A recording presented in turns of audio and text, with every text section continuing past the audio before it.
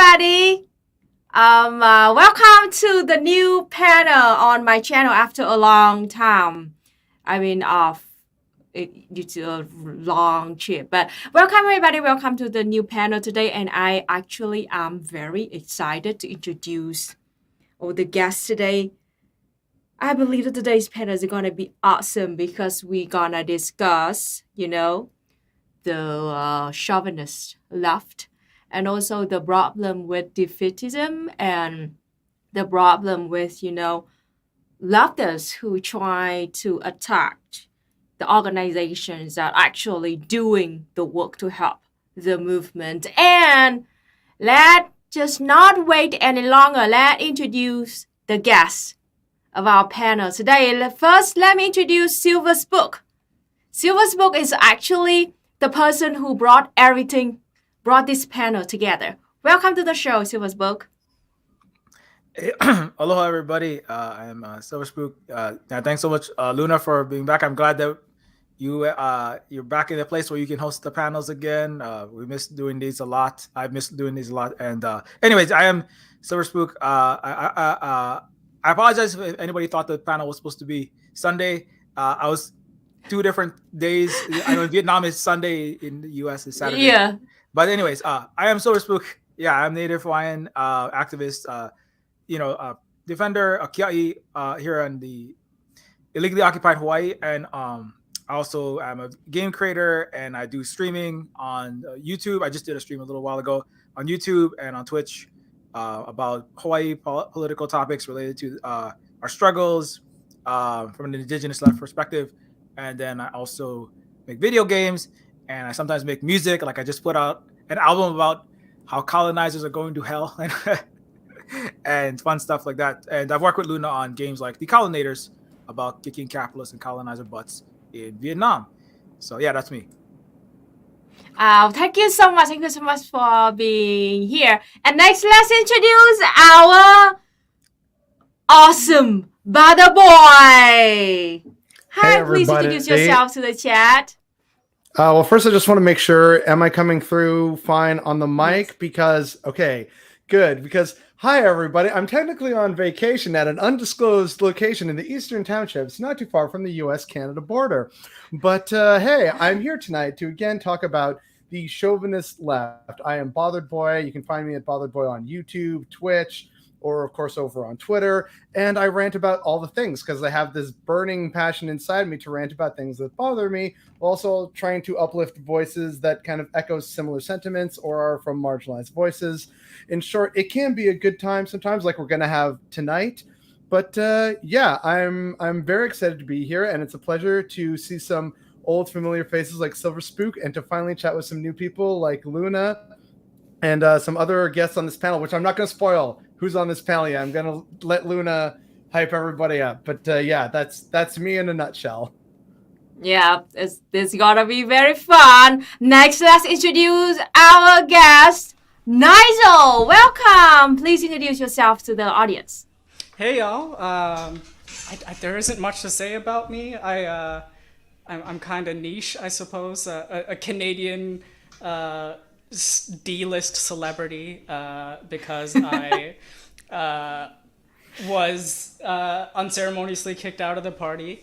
Other than that, I think a lot, and I write occasionally, and I go to protests sometimes, and I study astrophysics, and I think a lot about the East India Trading Company.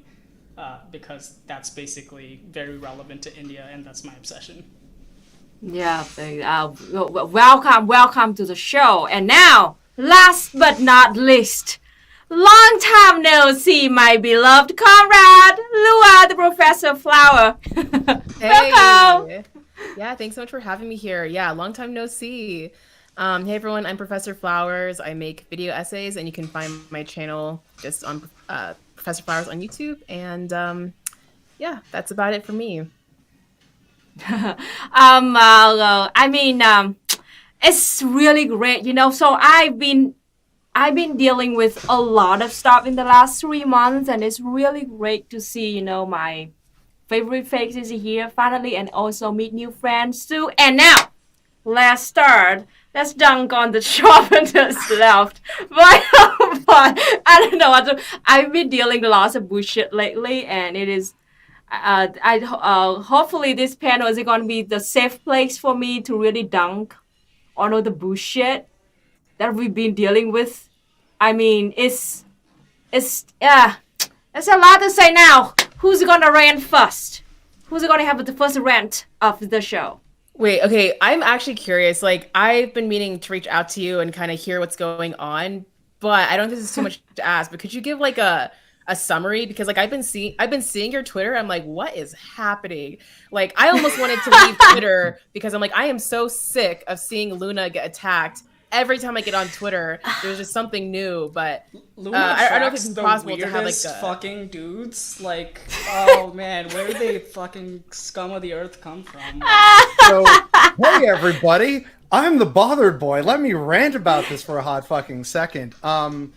Without mentioning names, because unfortunately we have to worry about their safety for stuff like this, I have had several, as in multiple, more than I can count on my, one good hand here, the number of women who are on the left who have actually mentioned either to me or to other people in group chats how just absolutely chauvinistic other leftists are, either in terms of talking over the women or attacking them because, oh, you don't know what you're talking about for whatever reason due to, whether it's their sex, it's their race, it's their religion. It's like, how could you possibly know or understand my typically white male perspective, right?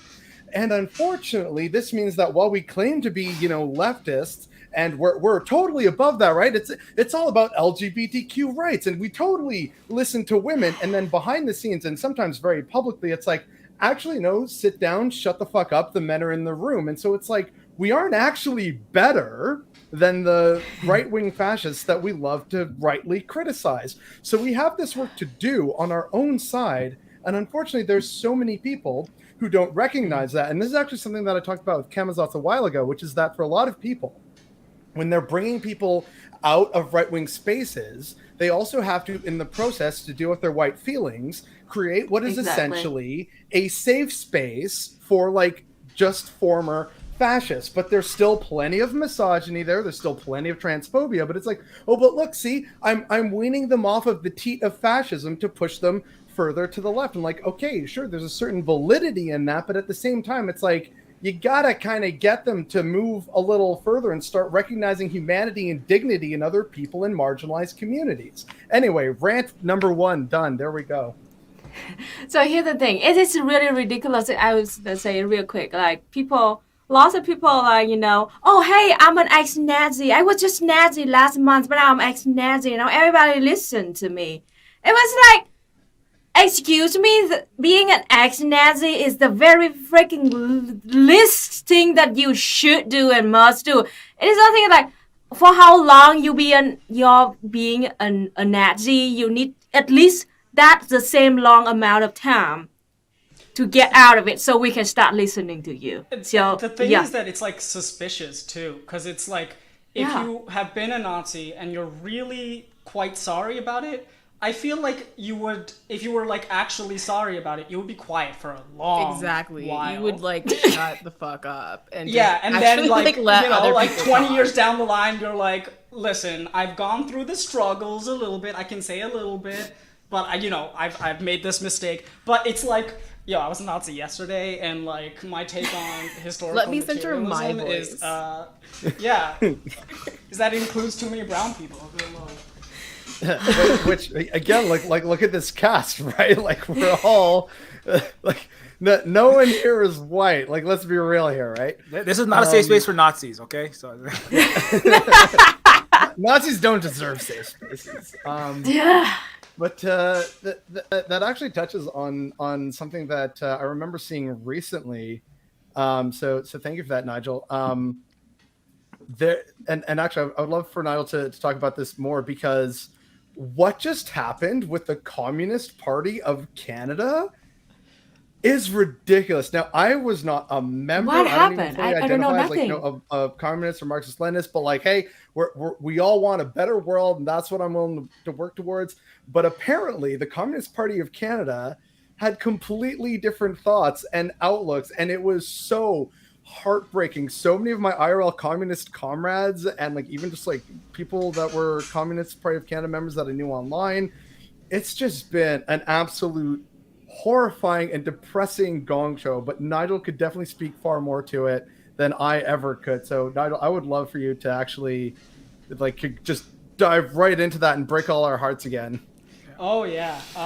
So I guess as much as like right-wing people have work to do, the last month or so has been a lot of work realizing that like leftist men have a lot of work to do, and like leftist women have a lot of work to do, and like a lot of people have a lot of work to do to get over their like sort of atrophied sense of how sexual assault should be dealt with in any capacity.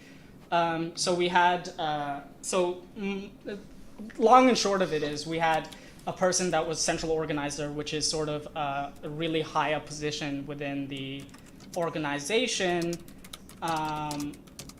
harass/assault a really young comrade, and we tried to sort of deal with it internally, doing the Dem Cent thing of like, you take it up with the right places. You're very aware of how that you have like a lot, and I'm going into this sort of like wide-eyed, and I'm like very naive, and I'm like, oh, these people have done so much important work in the past, like they've all been like anti-racist from A1, they all like, they're like 70-year-old people who use my pronouns right away, like very respectful people, and people that I like deeply held in good faith as my comrades, and some of them I still do.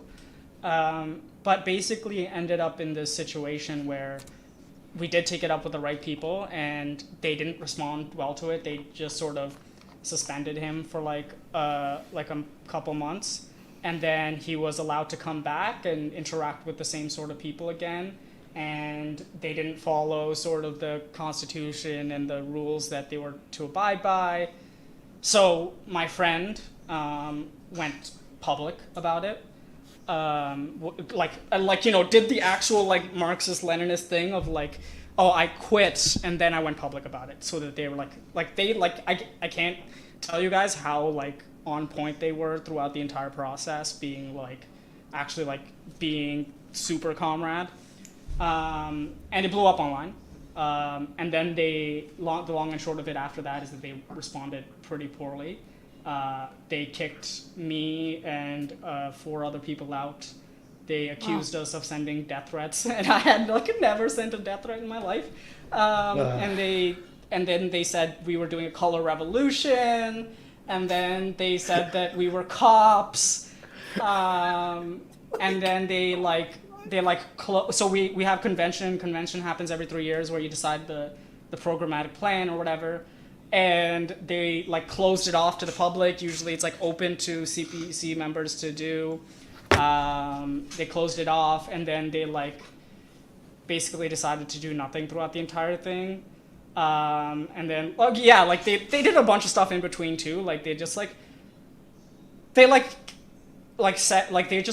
put our name on blast publicly, like, because I had helped the victim through some of the process, like sort of being their representative in some capacity towards the end of the process, trying to deal with it. And they had basically like had an internal memo that they sent out to every party member, putting our names on blast, and that was not okay. And and a lot of people left as a consequence, and I don't know, it was bad enough that I assumed that I wanted to like that person should have been kicked out, like really. Yeah, so that's more or less what happened. A lot of harassment, a lot of awful things. Wow. Well, I'm so sorry that you have to go through all of that bullshit. Solidarity to you, and please stay strong and stay safe. Yeah, I mean, it's sort of this thing where you're like, okay, like as communists, how do you? And I've sort of started thinking about it in the context of other movements in the past, like how have people dealt with sexual harassment and assault in different capacities?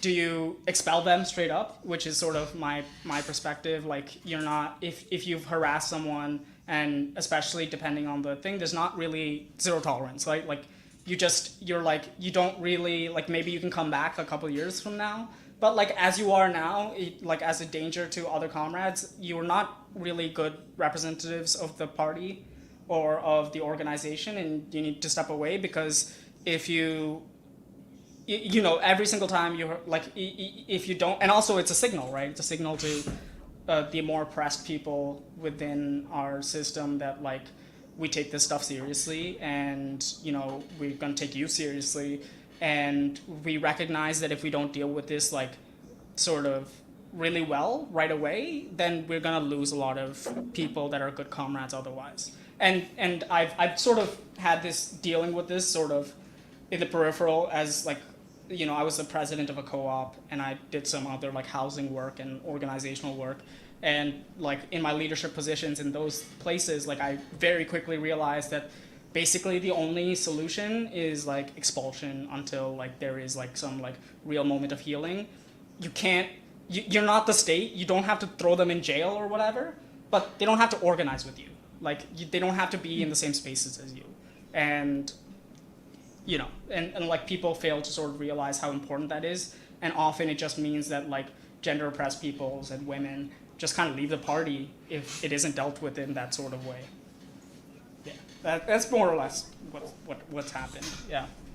I just wanted to jump in and say too that I specifically reached out to you, Nigel, on the recommendation of Cheriyan Fatima. I don't know if I'm saying that wrong. And there's a few other people that I reached out to, and so that was who recommended specifically to talk on the Communist Party of Canada fallout. So thanks for coming on.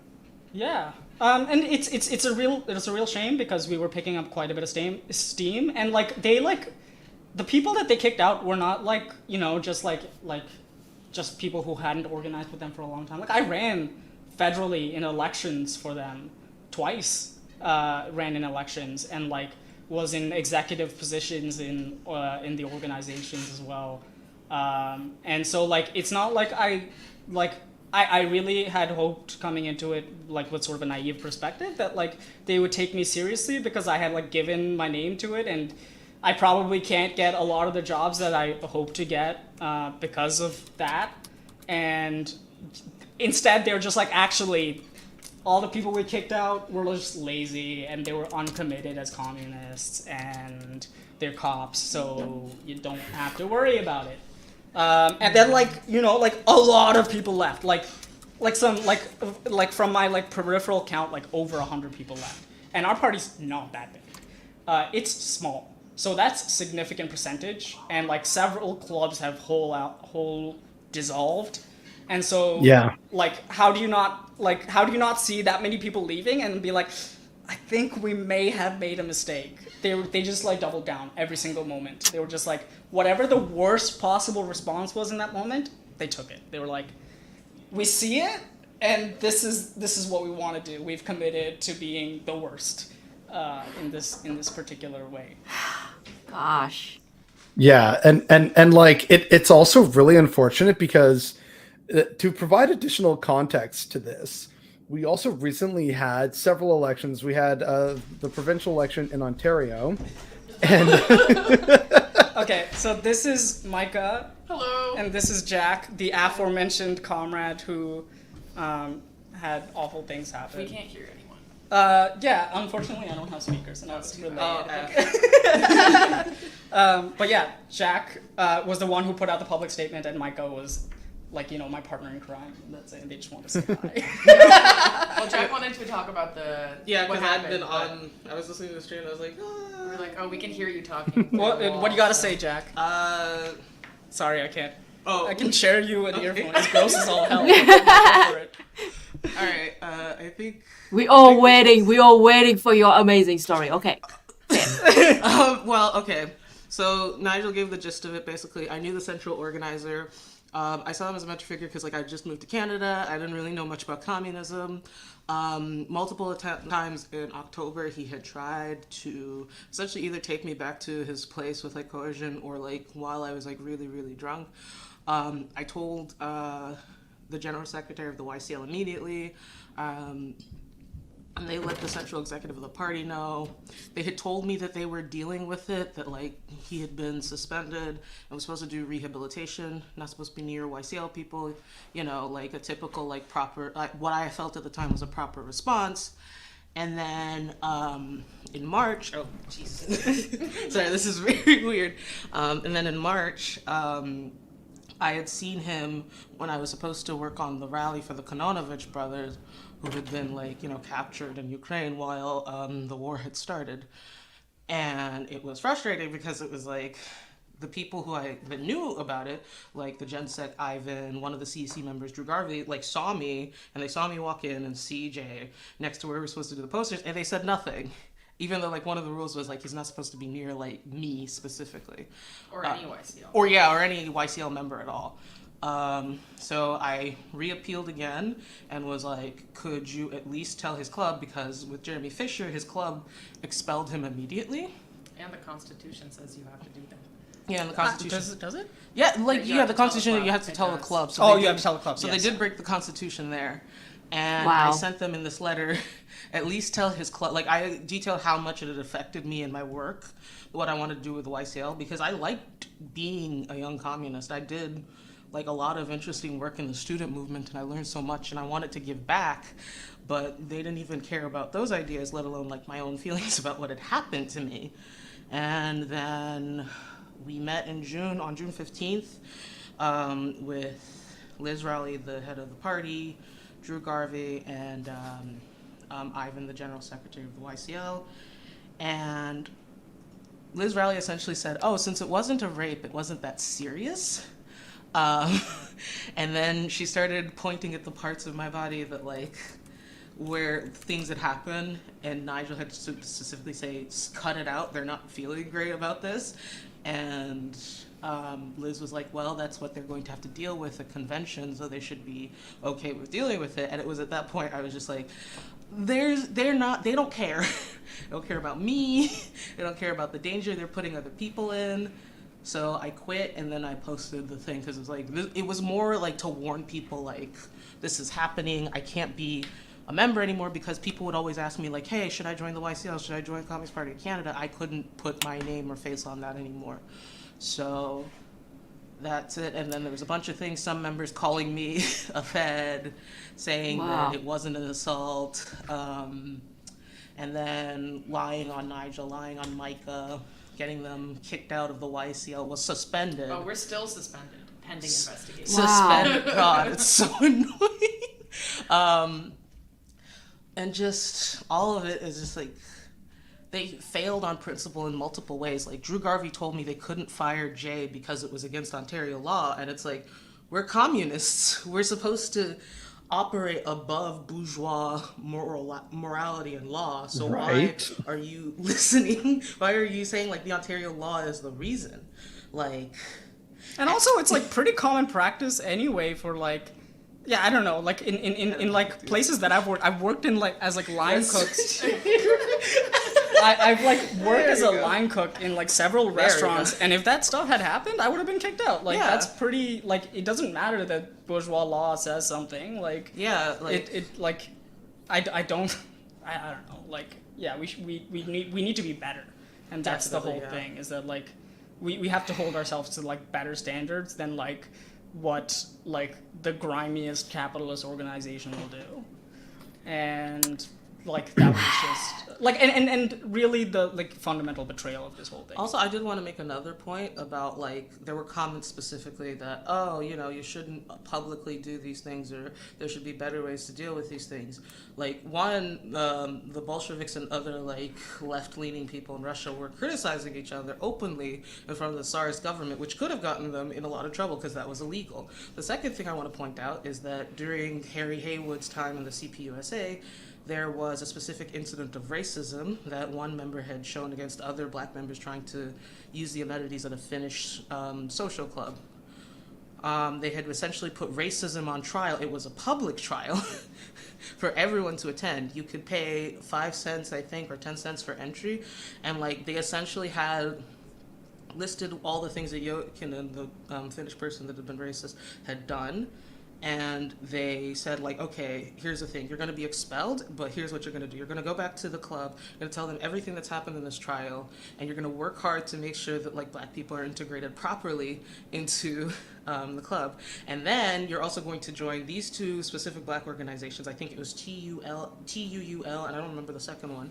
And it's like you're supposed to help them with all their activities, and then like afterwards we will reconsider you coming back. And like seeing that as like the actual communist response to like an act of like bigotry and abuse, and then seeing the way CP Canada acted made me realize like they aren't doing like the proper like principled Marxist thing. And yeah. And also, it'd been months. It'd been months. It'd 9 been a months. long 9 time. months. That 9 we had tried months? to deal with it internally. Like, Yeah. like it was awful. Like we had like kicked up quite a fuss internally. We really did try. Like an honest to goodness effort. I can't count the total amount of hours, but like I estimate somewhere around like 5 or 6 hours worth of like internal conversation with the leadership of the party about this. phone calls. In just phone calls. And then like beyond all the conversations that they had internally amongst themselves, like I specifically had advocated for Jack in that way for a couple hours, and then all the work that Jack had put in, and like they still didn't deal with it. Like it didn't matter like to them. So they like, you know, I at that point I don't blame Jack for going public for that. Like I'm like it may have been the only way to keep future comrades safe. Like I was. Yeah. I almost didn't want to because I was afraid, you know, breaking down dissent. I didn't want to seem like I was destroying But you the didn't. party. Like that was a fear because I don't think I really understood it, or rather, the party gave off this. They don't understand it either. Yeah, that's what I'm saying. They gave off this warped understanding of what democratic centralism is. Factionalism is when you disagree with the leadership. Oh gosh, yeah, and it's like just the way they acted as if it was a burden for me, being like, hi, I do not feel safe organizing here. I want to do my work. Please keep me as far away from the person who assaulted me and let me be able to attend events. And they seemed like I was asking them to, like, I don't know, climb into heaven and kill God. Like, Wow. yeah, It's terrible. It's been a ride. Well, and also that context that I was. Liz Rowley's. Oh, someone's talking. Oh. No, go for it. Oh, well, since then, one of Liz Rowley's lies has come true, which that she said that we were roommates, which we weren't, but now we are. So we that's were going to be roommates. And they were roommates. Oh my God, they were roommates. Not yet, Not but yet. by the time the convention happens, we will live A together. BotheredBoy made the we were roommates joke, and it was very funny. Thank you. Okay. So, I mean, here's the sorry thing. for interrupting. Yeah, thank you for your time. Yes, thank you so much for your stories. Yes, and thank you so much for Pleasant for surprise. telling your Thank you. stories. Yeah, It's our exactly. pleasure. It's very brave of you. It's very brave of all of you, you know, to speak up about this story and try to, because we, like, this is a thing that's gonna happen. You know, like it's not even in a communist organization, this shit still happen. It's also even the same in Vietnam too. You know that there are also several incidents where, you know, the high-ranking members of the Communist Party of Vietnam, you know, sexually harassed other members, and luckily that we all deal with that, but this shit will happen anywhere, anytime. And yes, BotheredBoy, you were about to say something before? Yeah. To add additional and heartbreaking context to this unfortunate story with the Communist Party of Canada, in the wake of both the recent provincial election in Ontario and also with the federal election in like 2021 or whatever was the unnecessary pandemic election where nothing changed, we wasted like more than $500 million. A lot of people were feeling really disheartened and alienated from the NDP, which is like our quote mainstream leftist party. And even if I had a week, I couldn't get into all the main reasons why that's a loaded phrase that's not accurate. But Mainly that because was they've kind of- like fought against Indigenous like yeah, like sovereignty again, for like almost a trust month. me, I could rant for like a week straight about all the things I disagree with the NDP on. But that's kind of seen as like our you know, our left vehicle for social change and whatnot. And unfortunately, after those two elections, both Oh, you're breaking up a little bit. Yeah. like I'm an NDP actual action and like proposals and Yep. We lost by the way.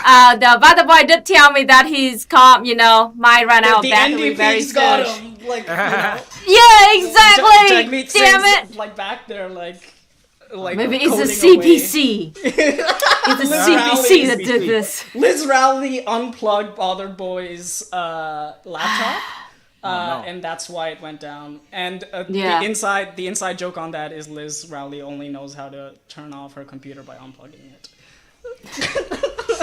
BotheredBoy will try to come back to join back the stream by phone. So let's just wait for his story then.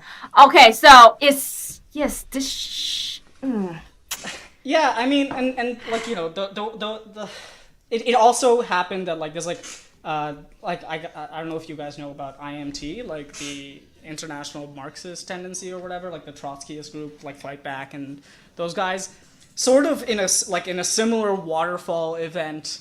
All these groups had like multiple people, victims, come forward with like basically like these stories of like awful treatment within those organizations.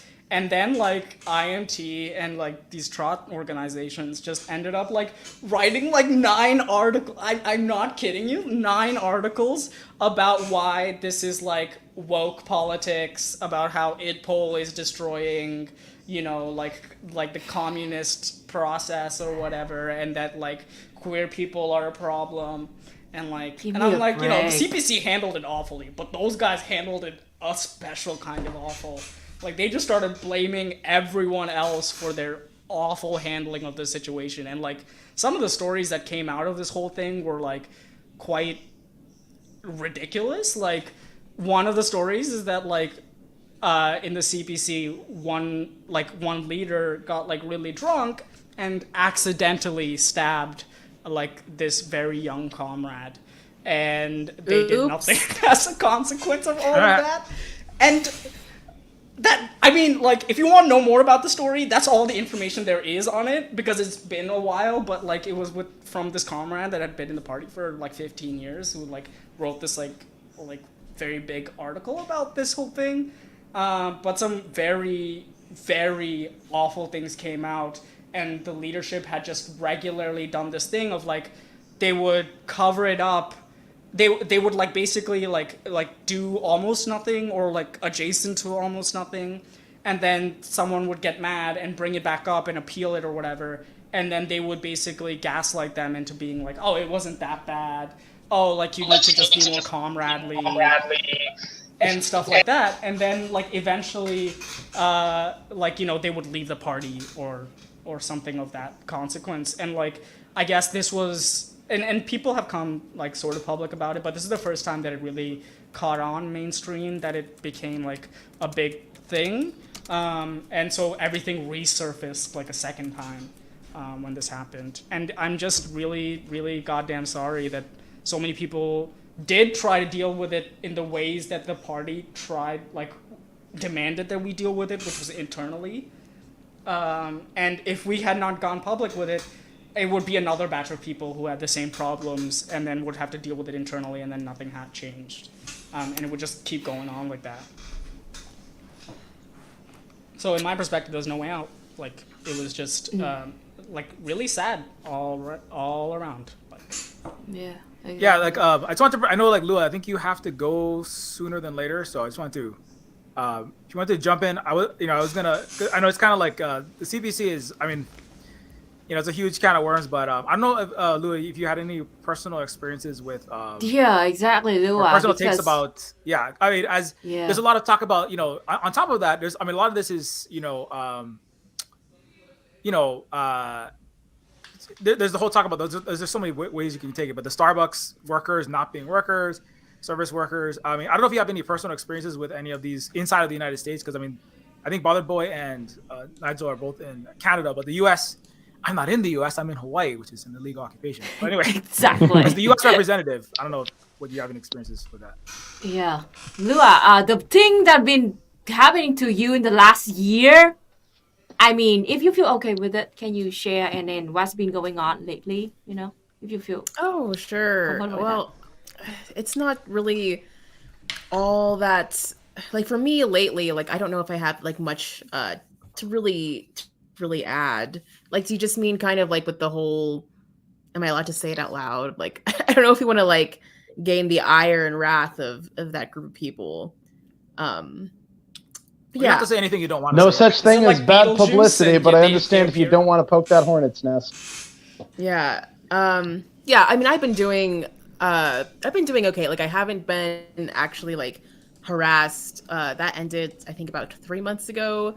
Luckily and sorry also if this is off topic or not what you meant, but yeah, I've been doing okay. Like I'll just kind of still get messages from people. I think I've been getting messages from white people who like feel really guilty about their participation in things, but also like they kind of want me to forgive them, and I'll get those from time to time. When I do, I get really activated and triggered. And like, you know, some of you might have seen my tweets where I'm like, hope you believe in God because that's the only one who's gonna fucking forgive you. Like, God. so you know, I've been like really annoyed, and I'm because I just don't I'm not interested in like centering people's white guilt, and I feel like a lot of people's apologies are more centered around like oops sorry, and like we you know we don't want to feel guilty, and I think it's kind of more to do with that than like actually being concerned about fixing the damage they've done. But for me, like that's what it's been, and I'm glad I'm not getting harassed anymore. Yeah. Yeah, I'm so happy, and I love your thread very much. You're like, yeah, you feel guilty. You're apologizing to me. Yeah, good for you. Then now do actual something to try to fix what you've done.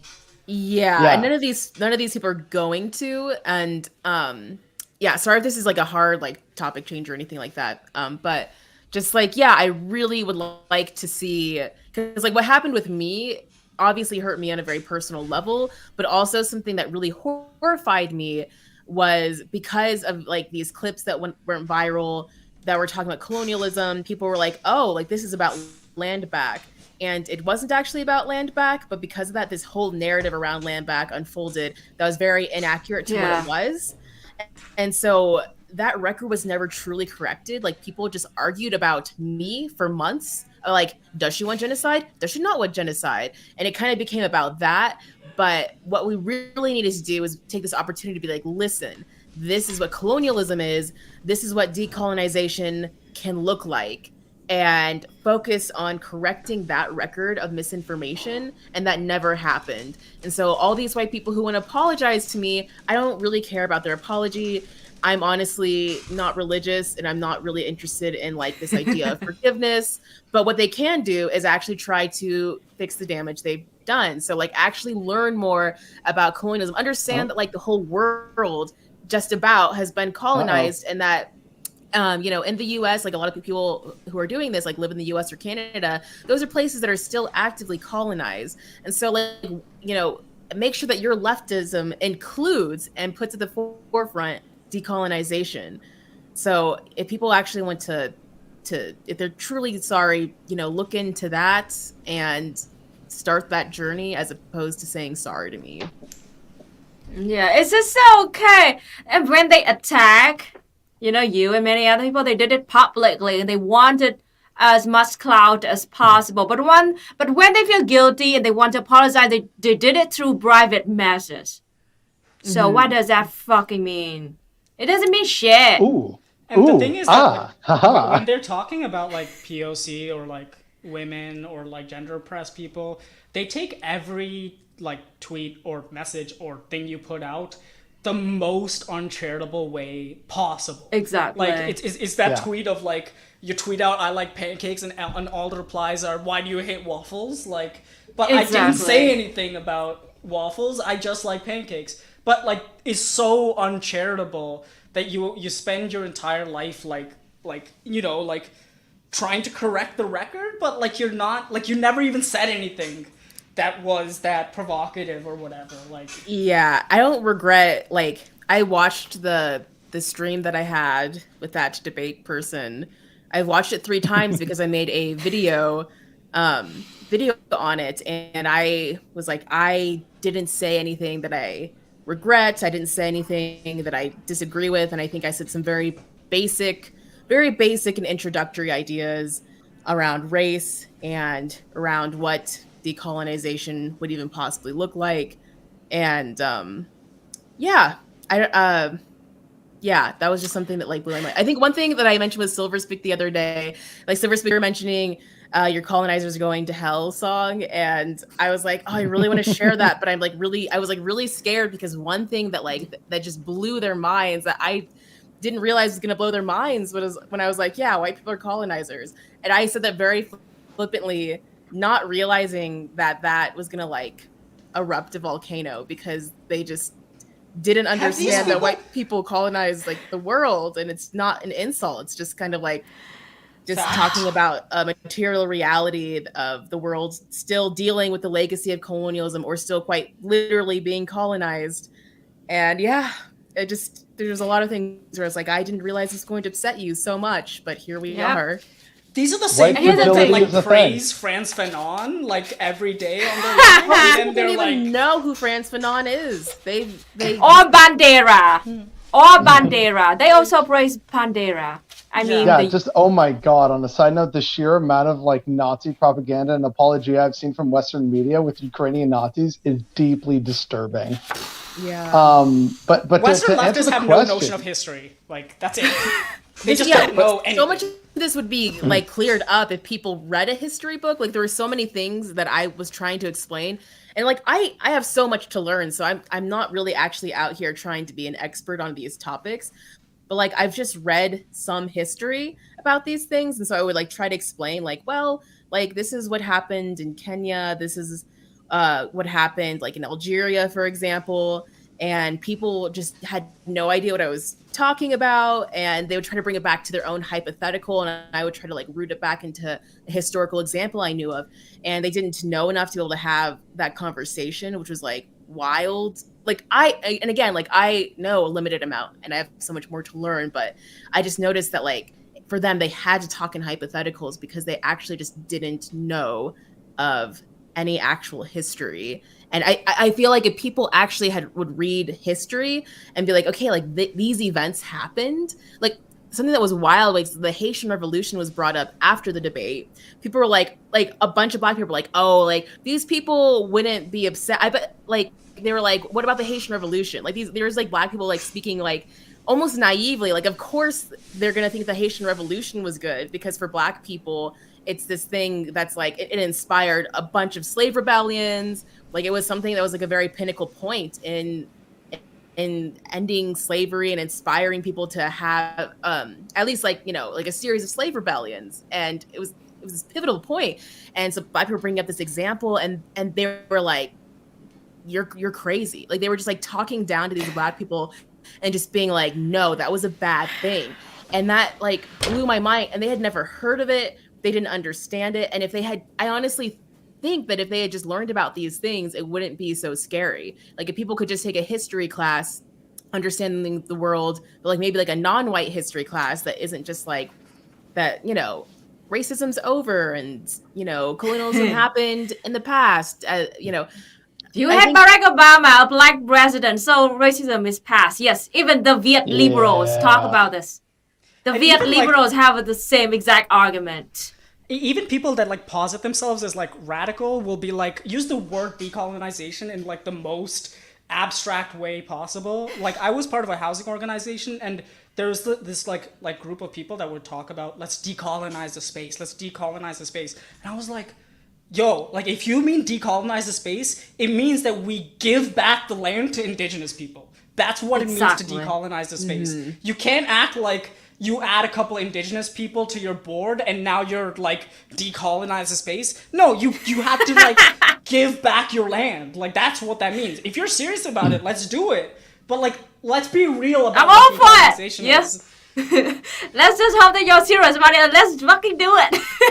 No. Come on. Don't you know that actual change is hard? Just let me say the nice flowery words. That's why we do the land acknowledgements now. But we don't say, by the way, beyond just a land acknowledgement, we should absolutely give that land back, and we should ask the Catholic Church to apologize for the harm that they cause Indigenous communities and pay them the money they're owed. And by the way, rescind the doctrine of discovery, which is what they used. It's a bullshit series of papal bulls that they used as legitimacy to basically colonize the entire Western Hemisphere and then some, right? So these are all things that could actually be taken as steps, but we don't do because that's hard and that makes me feel things as a mainstream liberal. And so instead, can't I just say that, I care? Look, my dog has a Black Lives Matter bandana. Isn't that enough? What do you mean I have to get in the streets while Black people suffering and dying at the hands of police brutality? I just wanted to say the thing and, do a viral trend or a TikTok dance that says Black Lives Matter, heart emoji.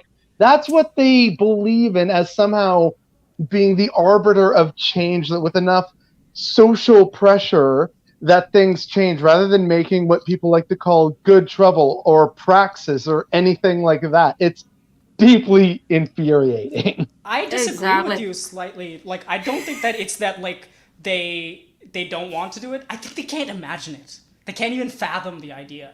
I think that it because doesn't everything wrap is their head centered around on that. whiteness, and so if it deviates from that, it's just like, well, what do you mean? And that goes back to what Professor Flowers was saying about, oh, well, it has to be these hypotheticals. Why can't you root it in a historical example? Why does it have to be hypotheticals that center your So it innate must be whiteness and your white experience and your white culture? Exactly. It must be about space aliens. Yeah. Yeah. So let's say, hypothetically, that, the aliens from Alien Insurrection came down. Or are you saying that you would actually be on their side if they promised you universal health care? That is absolutely insane to me. What are you thinking? This is why I left it so. By the way, support today's sponsor, Ring.com. Guess who I'm portraying? God damn, I hate that man. Well, adding on to that, I think this is why it's so important to understand history, because I think these things kind of start to click.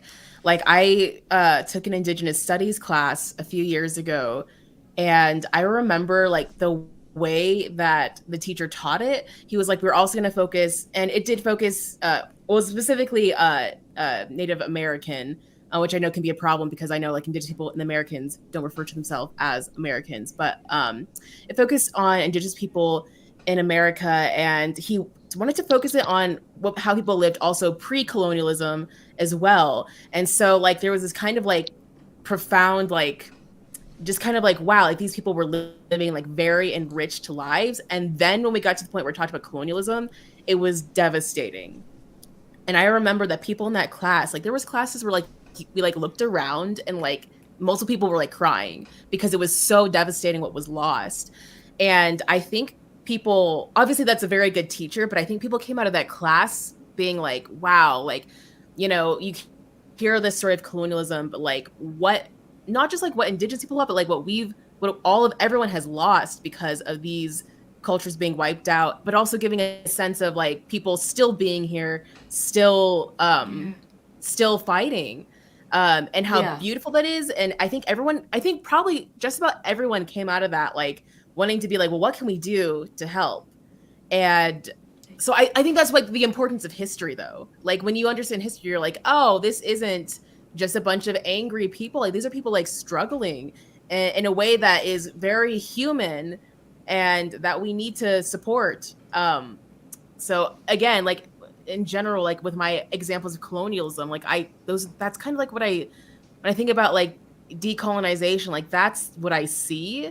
And I think for a lot of people, because they don't know their history, then it's just, they're very scared, especially white people are very scared that it's about revenge. Exactly. And, yeah, they're afraid that we're going they to will do be to them what cheated. they did to our ancestors. Yeah. Exactly. Actually, in the context of Indigenous struggle in Canada, you can actually see this sort of narrative thinking in the federal government when several Indigenous people came together in a sovereignty movement in the 1970s. They at some point had a real sort of a sit down discussion with the federal government, and the federal government was so preoccupied in if we gave you these powers, what will you do with them? What will you do with them though? And that because they presume that we will do the same shit that they did, and that we will behave in the same ways, and that we will subjugate them. And I'm like, that's just the reversal of the colonization process. We want a destruction of the colonization process, right? Like, yeah, I don't know. And I so agree with the whole idea of like, yeah, we have to read history, like reading about like how revolutions have been done and what kind of decisions people have had to make and how hard those decisions were, and gives you so much respect and like just humility when talking to people about these things. And I even beyond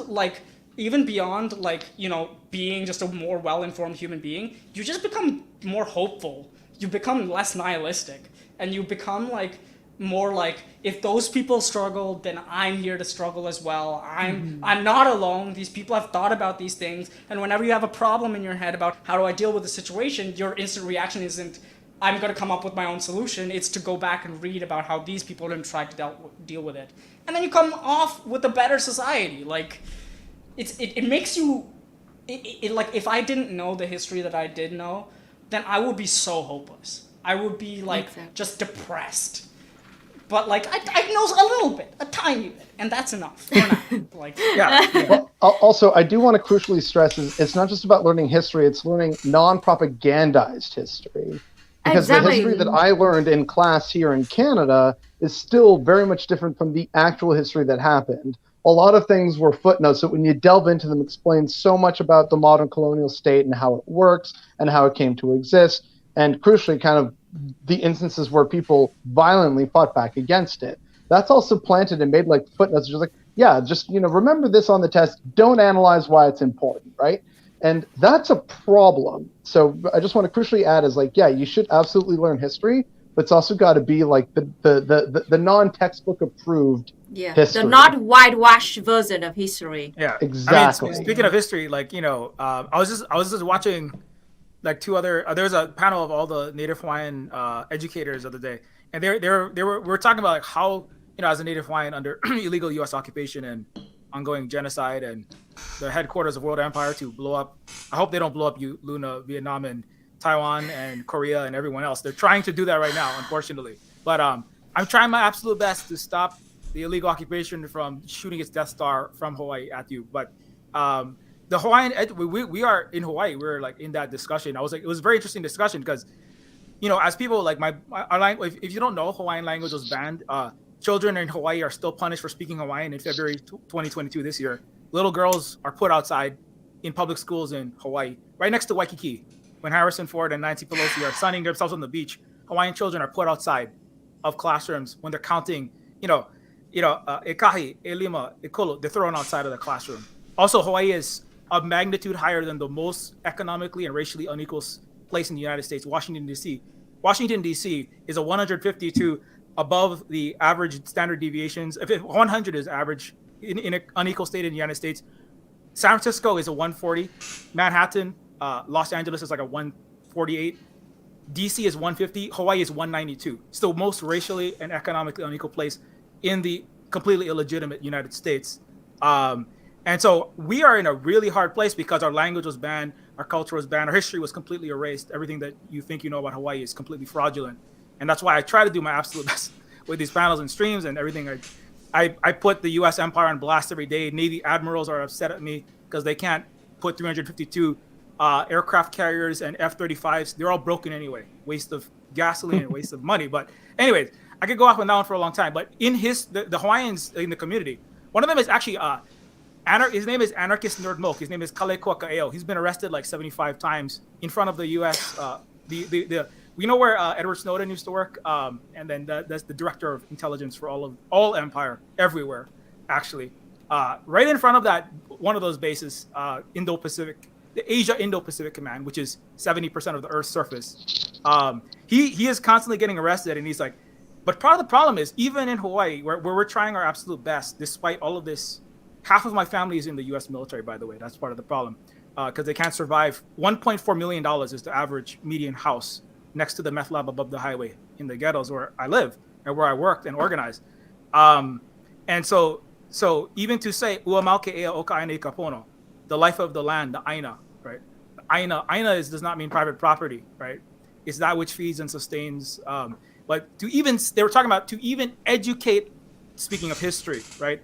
How do you even educate on history if you don't even have your Hawaiian words to speak? How do you have the Hawaiian words to say the word Aina if you don't have any land to connect that Aina with? Because it's all poisoned by 250 million gallons of aircraft carrier and F-22 jet fuel. My family's drinking that and they're dying right now. My cousin, they're all covered in rashes because you have your empire. If you're an American, by the way, I'm speaking directly to all your patriot socialists. You don't even know who you are. My own family members and children and your own soldiers, infants, including field grade officers, colonels, babies are being covered in rashes by your country. So you take your patriot socialism and throw it out the window, or take your leftism and throw it out the window. Choose one. Just put on the swastika with the rest of your Azov battalion, because I'm so fucking over this shit. And as a native Hawaiian, right, who is not American and will never be American, like as Hanani K. Trash said, we cannot even begin to teach, and this is one of the things that our educators are saying. How do we even begin to teach our own people if we don't have the land? They don't have the money. They're all like, one of the professors is like, I have created my own trap. I've created my own trap because I'm like, I need to pay $1.2 million for a mortgage to live on my land. And if I get a professorship, I can't get a professorship in, I don't want to do a Hawaiian major to even begin to teach my language, because where am I going to get a job that's going to pay the $1.2 million to survive on my land? I better just join the cops or the military or fucking be a Wall Street speculator with Kamehameha Schools, which was a boarding genocide school, which also helped produce Lilo and Stitch and all of the Disney movies, by the way. So we're in like such a conundrum in decolonizing even just here. But to even begin, that's why I said, like, I often be like, my thing is I'm just like disaffiliate from every state, corporate, government, even nonprofit and university institution, because every single one of those has all of these strings attached that will stop you. People are constantly adding me with the University of Hawaii, trying to get me fired from the university, because universities are imperial institutions, period, under an imperial capitalist hellscape like the United States. And the only reason why I can say the things that I say, and people go, Silverspook, can you please share the Oahu Water Protector? Silverspook, can you please share that? Can you share that? Why did I get all? Because I'm not, and this is kind of harkening back to our own history. Speaking of Taiwan, which was a Dutch and Japanese and Douglas MacArthur, Mr. Imperial settler colonial genocide of the Chinese, stolen Chinese people on indigenous Austronesian land, like stolen indigenous America, stolen indigenous Turtle Island with stolen black slaves, and stolen Austronesian indigenous Hawaii with stolen Chinese plantation slaves for Dole pineapple. That's what Taiwan is, by the way. Just a quick aside. I did a whole stream this morning about it, but to stop World War III from Nancy fucking nuclear war Pelosi, because nobody knows shit about that place. Anyways, but it's a long. But I am an indigenous relative of the indigenous people of Taiwan. They go back 32,000 years there, and I'm telling you personally, do not listen to or support any of that garbage. Get a history book from Carl Jha or from Luna or somewhere east, somewhere in the actual communist world, which is a lot of East Asia. And that's why you don't know shit about, nothing about your own country. You know negative 1 million about Hawaii, and you know negative 1 trillion about China, Asia, and Vietnam. And so I'm incredibly upset right now. But that's my little. So we do need history. You do need, as BotheredBoy said, the correct history. Where are you going to get it from? You're not going to get it anywhere in the West. Period. Even the Western left is full of complete, absolute garbage. I can't even get it from my own parents, because my parents can't speak Hawaiian. My mom was beaten; her hands were shattered for speaking Hawaiian. Not even getting the history, just speaking it. There will never be any education system in the Western world under its capitalist, settler, colonial, racist structure, which is premised upon mass violence, mass plunder, and mass disinformation. You must seek it outside and from the Global South voices, and don't ask for it from Tsai Ing-wen, which is where Nancy Pelosi is going to be visiting, the separatist, fascist descendant of the wealthy collaborators with the Japanese business community. So don't ask her about what liberation in Taiwan, Xinjiang, most of the governments there means. already still call themselves Republic of China anyway. Like, anyways, it's not like they're like sovereignty or whatever. It's like most of those guys are still consider themselves like the real China or whatever. And I'm just like, bruh, like, like at least just listen to what they're saying themselves. Like, Yeah, exactly. It's just now this story links to the next topic is the AmPatSoc. And talking about the AmPatSoc, we just have a super chat. The message is, when I argued with PATSocs before they left CPUSA, they were American patriots who denied the concept of labor aristocracy. Now they are self-proclaimed right-wing traditionalists with hammer and sickles. So these are my short stories of what my experience with the AmPatSoc. So a while ago, I had something about, it's kind of strange seeing, white AmPatSocs, American patriotic socialists, kind of demand, non-white people, non-American even, to love the idea of the United States of America, to love the national anthem, to love the ugly flag, okay? And then they also like to have to acknowledge their non-existent revolutionary history of the United States of America. When they were so pissed, at my idea to deny that revolutionary, history of America. And they pointed out like Fred Hampton, Martin Luther King, literally people who got assassinated by their own reactionary state. Are you serious? Do you really consider Fred Hampton a patriot? Really? Like it's so audacious. Like, to quote that tired old meme, the audacity of the Caucasian, it's unreal. And there's a book that I remember reading years ago, and I'll admit it's imperfect, but I do want to mention it here because I think it is a worthwhile book to read for people. It's free online, by the way. It's called The Authoritarians by Dan Altemeyer. And you can get it for free off his website, or you can get a Kindle version for like a few bucks. So it's either free or very affordable, depending on the format that you prefer. And it's all about how it doesn't really matter necessarily like left or right if one is more vulnerable to authoritarianism or not. It's that authoritarianism as a separate kind of ideology can be found in both spaces. And so when I started reading more about like these PATSocs and like these new right-wing leftists and like air quote Marxists, I'm like, hey, wait a second. I think Dan Altemeyer warned me about these guys all those years ago when I read his book. And there does seem to be a lot of correlation where these people still want the powerful institutions at play. They want the machinery of the state and capitalism, and to suppress people that they don't like, whether it's minorities, certain forms of thought, religion, etc. They just want to be the ones in control because they feel that if they were in control of the levers of power, then things would be much better. And only them, the small cabal of friends, and everyone should just kind of listen to them. So yeah, why aren't you proud of America? You should be proud of America. Never mind the fact that it absolutely killed our civil rights leaders, that it killed millions upon millions of indigenous people.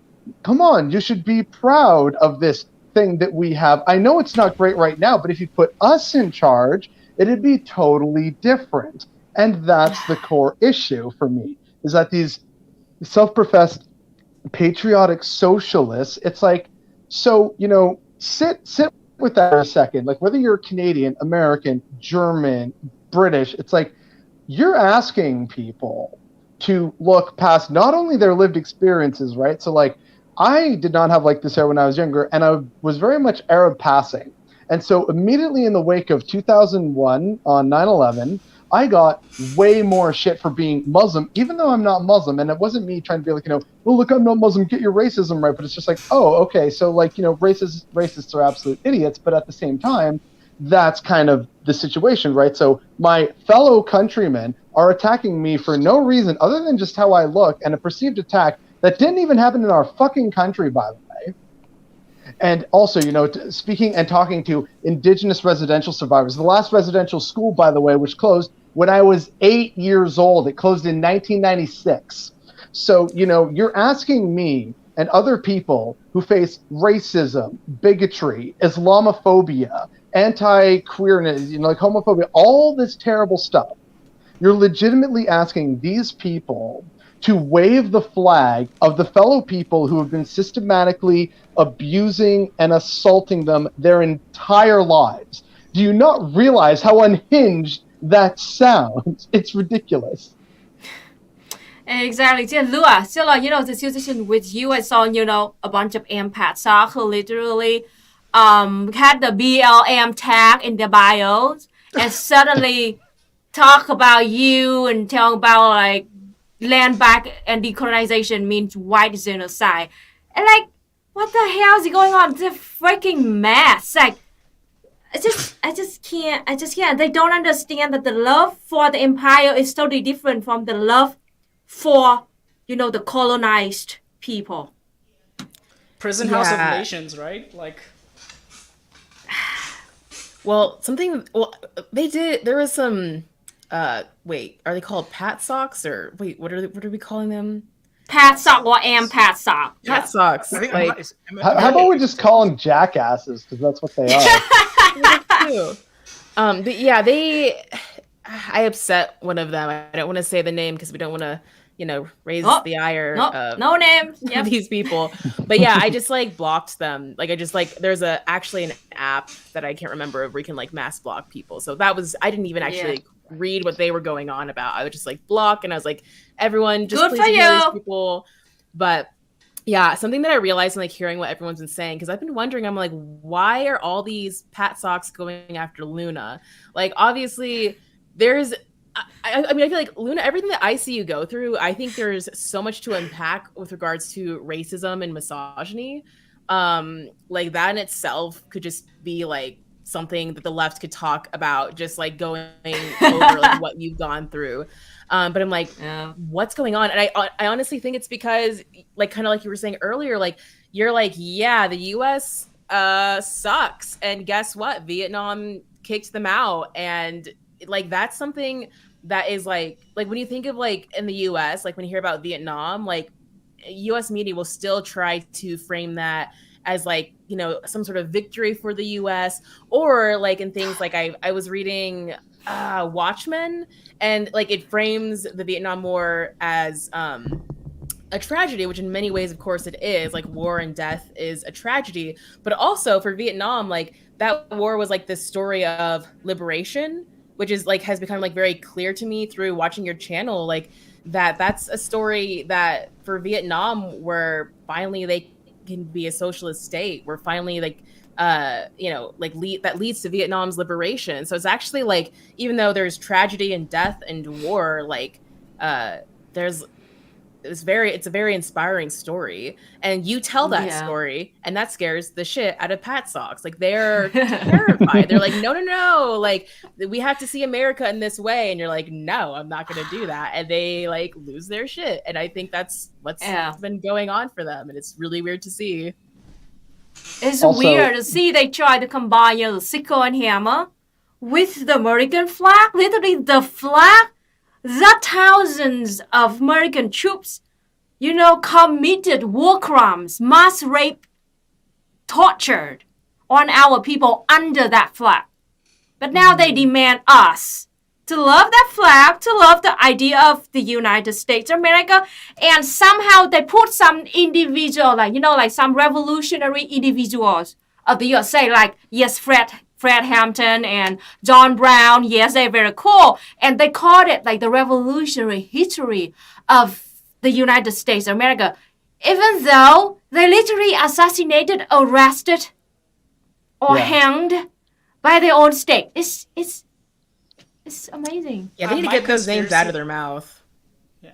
My conspiracy theory on this is that like they like go after Luna specifically because Luna actually seems kind of satisfied with their life, and like, the videos of the farm and things like that, and they're so like fucking miserable themselves that they're like incapable of like just processing the dissonance and like just take out that anger. I'm like, bro, like, like it's genuinely like, I feel so fucking bad, and if I were you, I would like just like leave. But like, I feel like leaving Twitter because I'm sick of seeing people being shitty to Luna. Like, yeah. Wait, quick! Someone in chat absolutely needs to take a screen grab of Luna looking very happy and just tag it. Die mad about it, haters. Like, that is great. Also, So again, you remember my rice field? Remember, right? My rice field, I received it for free from the government of Vietnam. Lost their shit. oh, well, I remember that part of it. Vietnam, and we couldn't, and you're happy? I'm petty bourgeoisie. Like, it's amazing. Every single one born in rural area have a piece of land. Okay? They're so mad that their dads got their asses kicked in Vietnam that they're just like generationally angry at you. Yeah. Also, Yes. again, like mad respect to Vietnam. Vietnam basically spent like the better part half a century fighting various colonizers and still won. Like, I would never mess with Vietnam. I've seen their history. I ain't never messing with that country, man. But also, like on a related note, I remember there was this one dude who went to Cuba and tried to dunk on Cuba, being like, look at all these shelves full of food, but it's only one brand. Welcome to communism. I'm like, so plentiful food? Like, okay, it's one brand. You basically have the same in America, but with extra steps. It's all owned by like the same one or two big corporations. They just slap different stickers on you to make They you all owned by think Nestle. that They you only have the made the same illusion of free factories. choice. Like, But I just want to like- tell this, the dude's like, No, oh, they look at love- these Cubans with food security. It's like, oh my God, dude, do you hear Oh my yourself gosh. right now? Look at all They these really love the empty 200 crates different full of flavors of homeless tomato people. chips. yeah. They do the 200 flavors, different potato chips. That's it. Like, yeah. But at what cost? Like, at what cost? Oh God. Or like the China is curing the cancer real quick, but at what cost? Yeah, they're like, Chinese citizens are getting fresh fruit and vegetables delivered to them daily, but at what cost? Oh gosh. Yeah. Thank you, Max Stalin, with your super chat. PANELISTS, cult personality. They are basically ML version of debate bro left. They are the true. They are the true communists. They are the true leftists. We are all just revisionists. We fake leftists. That super chat actually reminded me of something from before I disconnected, because apparently my poor old laptop, the connector wasn't charging properly. I'm going to have to get a new one. But one thing that we were actually talking about before, and I think it might have been Nigel, if I recall correctly, that brought it up, about the nature of the online left and trying to debate and constantly get into fights about who's what, and no, sit down, you don't know what you're talking about. Something that I've become increasingly convinced of, and again, this is just my opinion, I don't actually have a lot of basis for it, it's just kind of my lived experience and anecdotally things that I've seen online, is that especially with American and also by extension Canadian, because we're basically the same country, let's be real here. Yep. The real 50th state. People usually forget about Canada. No, yeah, About how true, shitty but- it is. Hey, no, that's fine. But the main thing though is that a lot of what passes for discourse and politics reads like a spectacle sport to me. It's like a game. It's about who can score the most points in a day, and then the cheering throngs of supporters are like, yeah, you dunked on them super hard. An example I like to use, right, is the whole AOC Met Gala dress thing that was discourse for a while. Oh gosh, and a lot tax of the people rich. chose. Yeah, which right. So here's the thing. It's not that AOC doesn't deserve criticism. She absolutely does.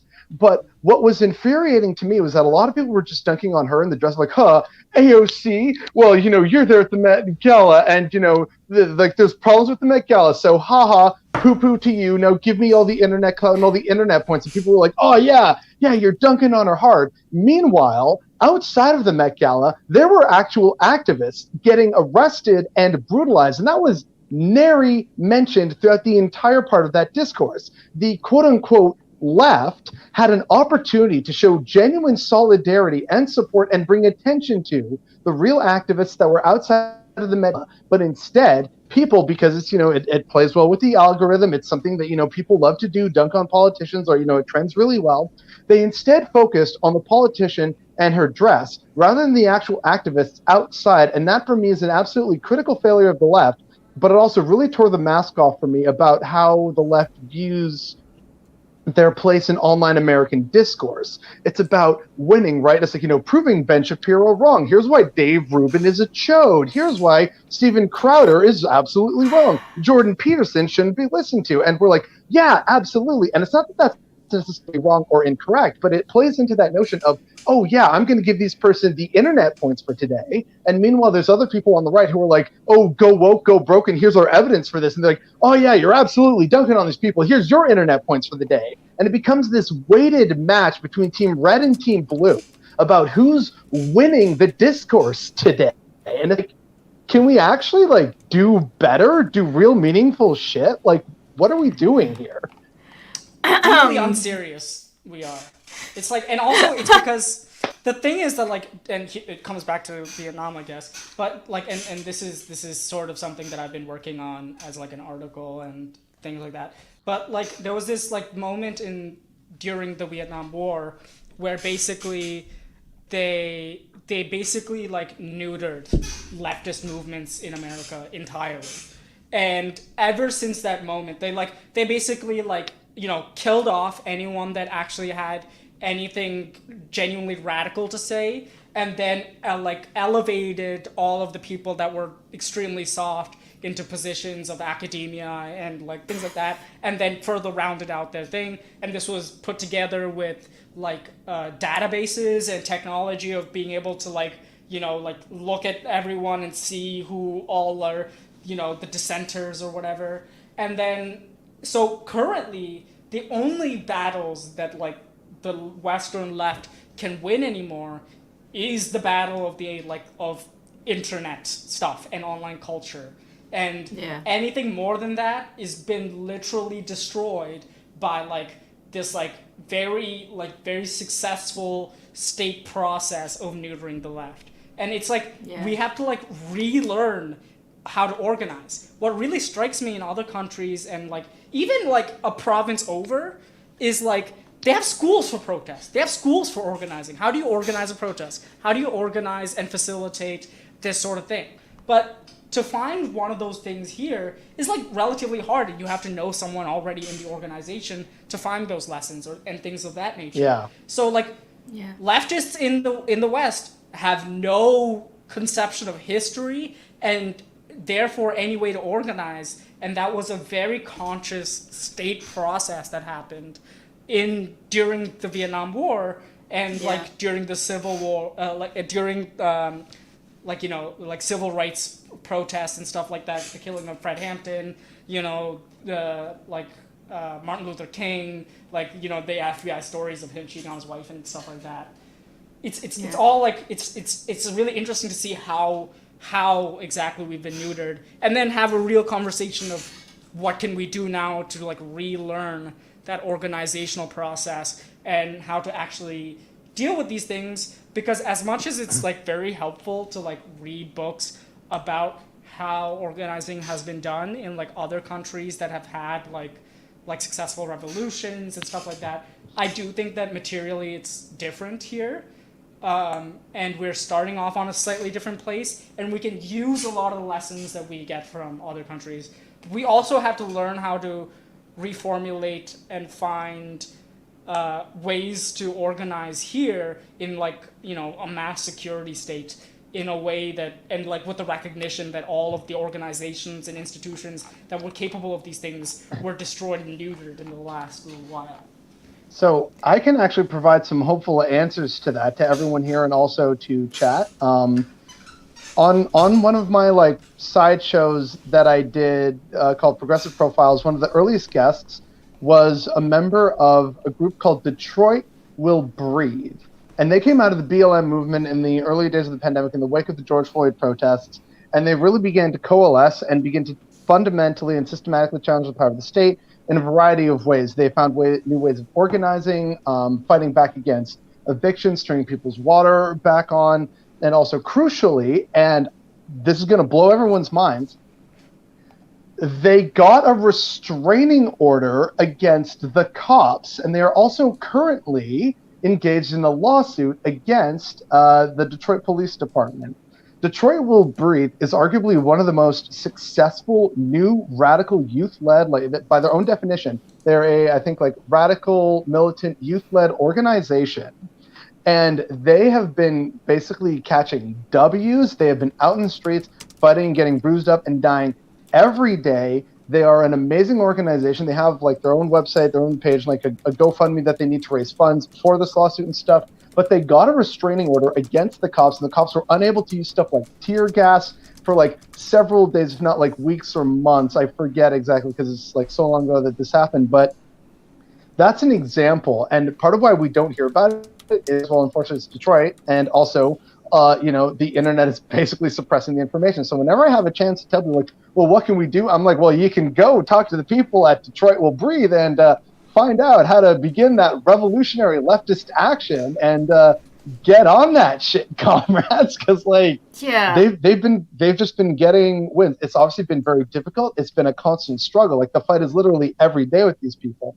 But again, they found a way to organize and win out of a very traumatic event that happened in in Minneapolis, and also just as a result, the police brutality they've endured over in Detroit and the adjoining areas. So absolutely great stuff. So I feel like, oh geez, how do we restart? It's like you got comrades all over America and all over Canada, especially in marginalized and poor communities, that are beginning to organize or like newly organize in new and exciting ways, and they're beginning to make that change happen. So learn from them, maybe start your own chapter, bring it out, or like do something a little different, whatever might work for your local community. That's how we start to get this. So there's that hope and that optimism, which again, as Naz was saying earlier, if you don't learn about this stuff or know about this stuff, you're going to be a nihilist, like, oh man, nothing matters. It's all going to end. And then you actually learn about the stuff. It's like, oh my God, I'm so excited. Like, let's get out there. Let's do this stuff, right?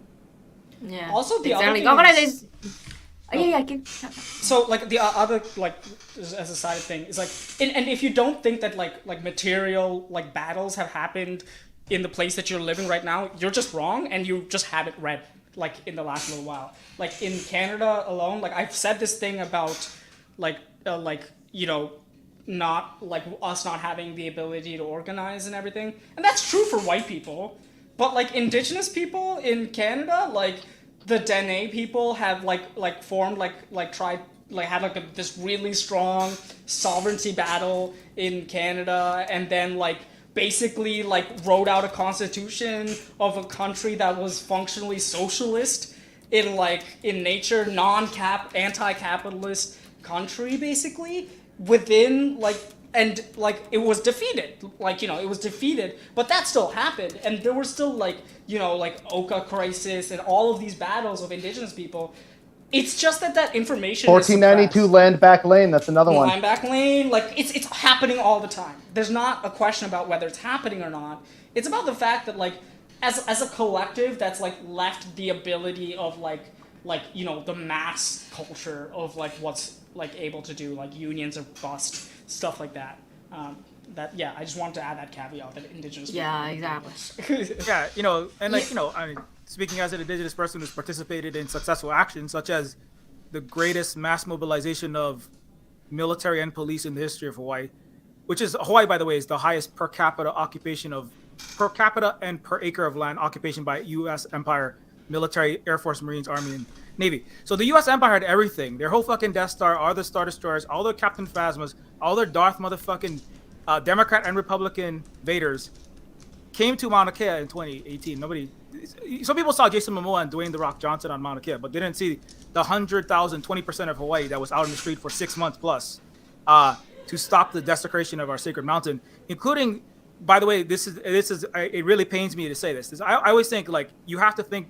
One of the things I think the Western left lacks, read the Red Deal, number one. Speaking of Indigenous people and Red Nation, there's a lot of important things to say. Nick Estes, Nua Malta has been on this before. But caring about your personal $35 wage, your health care, your housing, and when you get a good deal, then I'm out of here, right? This is a major reason. And so it's I'm down for communism until I have a comfort, and then I'm just going to become diseducated and whatever, right? That's the history of the West, period, really. and buying off of the 70% of white people or the average European, etc. And I think, yes, you must care about the material conditions and do that, think dialectically, which I would argue in a lot of ways is stolen Asian and indigenous thinking. Watch Twin Rabbit's video on Stolen Anarchy, on the history of the Western conceptions of both communism, anarchism, socialism. But part of the thing that is missing from that was that the Western left has failed to steal and take credit for from indigenous people like myself and the Anishinaabe and the Iroquois, who they also stole a constitution from, by the way. They failed to remember the part about it's not simply your material condition. You have to be able to care not just even about your human relatives, but also your non-human relatives, right? When I talked about Aina, right? Another one is to speak to. I was reading Braden Sweetgrass recently, and it's a Potawatomi indigenous book about actual indigenous wisdom, right?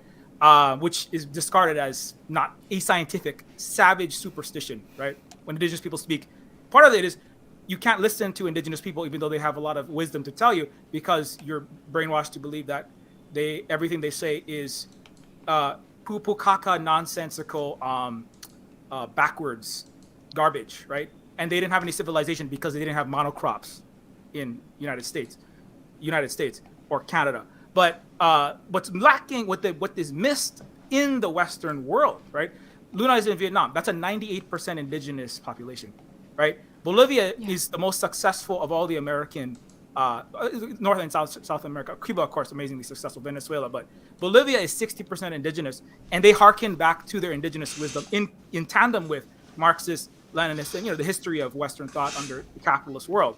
But China is 99% indigenous people of that place. In the history of 500 years of colonialism. So somebody else, I think it was BotheredBoy or Nigel, you said it's going to be a different pathway to socialism in a place like United States is the world's largest white settler colony by a factor of 5+. The closest is 250 million white people, 325 million people who identify as Americans, approximately.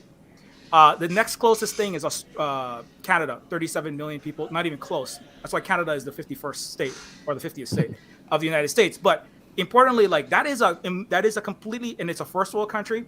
People are comfortable, and people are not even going to be. It's a weird catch-22 where why am I going to begin to look into history to change my material conditions if my material conditions aren't not too bad? Now the weird thing is the material conditions of America have fallen below Vietnam, right? Vietnam has 1,000 less times the homelessness. Cuba is longer life expectancy. China surpassed the United States life expectancy by 2 years. They have high-speed rail, universal healthcare. Transgender children have medical care appropriate for them. There's no ban on abortion in China. But people, so there's this weird thing where the West is actually starting to fall through the cracks. But people have the mentality of but it's still, you could have some kind of great change. You could have some kind of organization, but the mentality is still, I got to get mine, right? My social media clout with my post. I got to get my healthcare. Do I have my healthcare? Okay, well, fuck you all. I got to get my house. Do I have a house right now? Yep. Okay, fuck you. Right. And it's, when we talk about like caring about the Aina and about the land and about all people, and the land is for Native Hawaiian, for my personal history and my personal cosmology, the Adam and Eve story, right, is number one. It's a story of speaking of misogyny, right? It's about the blaming and beating women for everything, right? And Eve has to garden forever in monocrops for the next 2,000 years, right? And that's a deep narrative in the mind of everyone in the West, and that's part of the attacking Starbucks workers because feminine service industry, nurses, teachers, Netflix technicians, women or non-men coded jobs, those are all not working class, right? And that's part of this. This is deep Western psychology. I would argue it's before capitalism in a lot of ways. It's colonial. It's imperial. It's part of the Star-Spangled Roman trauma that ripped up whatever was indigenous about Britain and about France, or was called Gaul. All the different language they spoke, like my parents, was beaten out of them, and they all became Romans. And there's a deep psychology that's about survival. It's about my way or the highway. And when I get my way, I don't care about you. You're different. You're Asian. What? You're all the same. 2/3 of the world is in Asia. But I got mine, I got my castle. And you guys, whatever. I don't even care who you are. That's why I made Decolonizers, to insult Westerners by confusing Britain for America and France. Because like, how do you feel like when people remember your history, right? And as a native Hawaiian, nobody knows anything about my actual history. And so like this ability to have empathy across like race, gender, LGBTQ plus lines, and also across like just care for the land, not treating the land as that which you buy and sell for profit, right? That which gives you a house, even your working class settler house and your working class settler, or your working class house and your working class healthcare and your working class food. But the land has to be careful, and that's why even if you build communism or some kind of socialist planet, and but you have a socialism that's still not there for caring for the planet, it is still gonna all go up in fucking flames, right? And that's, I think, like anyway. So where am I going with all of that? Is that these are some things that I think the left can learn, and that like these are things that can help to bridge in the digital Hunger Games of who can get the 2 million followers, right? That is a technological. I'm an artificial intelligence programmer, by the way. I also I do write science fiction. So I believe that indigeneity can live and move forward, and indigenous practices, right? Along with the socialist practices that we had. And that's another hopeful thing. Speaking of hope, is that we can move forward into the future, but we have to also be able to listen across and I know I get very upset a lot of these times because, well, I mean, it's fucking upsetting what y'all have done, but at the same time, I'm not here. I made an album about colonizers going to hell and demons consuming space marines because they fucked up and colonized hell in the game Doom. It's kind of like Doom in reverse. Like, fuck you, demons are going to come take America and eat all your cops and your president. But it's like, it's a joke, okay? I want everyone to exist in peace and everyone to have win-win cooperation world around. But it requires people like, I'm kind of like, like the best metal albums, like, it's kind of like, hey, you ever thought about it like this? Like, what if someone came to your house, took your land, killed your parents, and said, you're not going to speak English. You are going to speak Chinese. Or some, they're not, the Chinese don't want to do that. But I mean, you want to talk about hypotheticals? I mean, what would you do, right? What would you be justified in doing, right? And the indigenous people, we don't want to just go and do what you did. We want to stop this violence, destruction of our mother, that is the land, of our relatives, all of them across the world, and we want you to live better. You're living worse than the Cubans and the Vietnamese and the Chinese, and you're living worse than a lot of people. You're only 5% of the world's population. You think you're living, but you're all fucking suffering, man. So anyway, so I guess that's people on the planet. Yeah, exactly. And we welcome a new guest. The last minute. It is the Lasso. Hi, welcome. Hey. How are you? Please introduce yourself to the chat.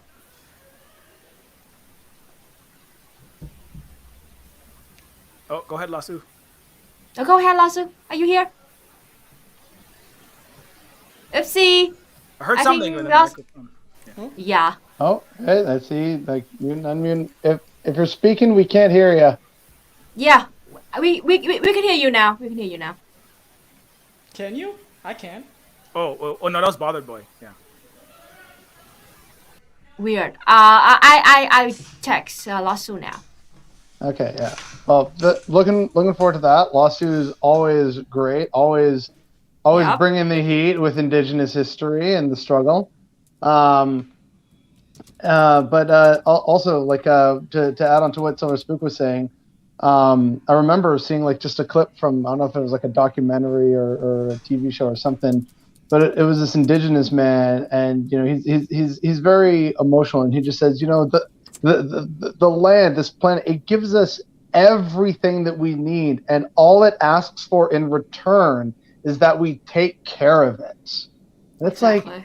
like that is such a beautiful thing, right? It's like you can get everything you need. You get everything, your clothing, you get your food, it provides shelter, it provides, wood for, you can go and explore, you can fish, so you can get additional sources of food for you, your family, your community, the land, the water, the air, like the earth provides everything, and its only demand is that we treat it with respect. And it's like, that is such a good deal. Like, you can't get a better deal than that. And we're just instead systematically ruining the planet because, like, well, come on, man, my stock portfolio ain't gonna grow itself. And it's like, fuck, you know. In my head, I sort of take it like in a different direction. I'm like, I don't see the land as being different from us. We are one part of one larger extended universe, and in the ways that we take care of ourselves and care for ourselves and for our children, we must care for the land as well. And to imagine that we can do that separation is naive and also extremely, like, you know, selfish and full of yourself. Like, you would not be here if it not for what was provided in that way, and we're part of that cycle. You can't separate that ever. Yeah. Exactly. Lasso. Yeah, we can hear you. Hi, Yep. everybody can hear me now? Hey, awesome. Hello, Tanichilo. I'm Lasso. I am from the Dakota Sioux Nation. Currently up in the illegally occupied extraction industry, pretending to be a government in a country called Canada. Hell yeah. Yeah, love it. Oh boy. Yeah. How are you? How are you? I'm good. Thank you. Good to see everyone. Silverspook, Cola. Hey. Honored to see you, brother. Good to see you. Hope you and the kids and the missus are good. It's really awesome. Yeah, it's really awesome to talk to you after a long time. This is a long time since the last time we talked to each other, Lasso. I know, right? Yeah. Yeah, it's been a long time. I haven't been able to watch the stream in a while, man. I'm like, man, I need me some Lost Sioux in my life, and I got it tonight. This is great. This is a great little vacation gift. You're lucky because this past like month and a half, I've been really sick, so I haven't been able to do much streaming or anything lately. So, and this heat wave up here in Canada, so-called Canada, isn't exactly the greatest either. Yeah, and It's been Yeah, we humid, got that. which is weird for Canada. yeah, right. It's It's weird I- right now. It's going to be the new normal. climate change, man. Climate change. Yeah. I have to tell you straight up, honestly, y'all ain't even ready yet for the actual end of what we're looking at the last percentage rate of an increase for climate change. And your landlords don't give two fucks about it either. Pardon my language, Luna. But they don't. Wait a give minute, shit. cops outside someone's house? Yeah, no, that was an ambulance, you know, Oh, an ambulance. Okay. chasing, insurance chasing. Yeah. They need the $500 ambulance ride. Oh God.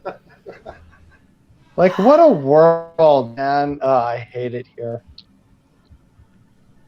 When So we we have get that three fully people from automated Canada luxury now. gay space communism, right? Like that's what we need. Boy, oh boy, So- we're working on it. So here's what we're looking at.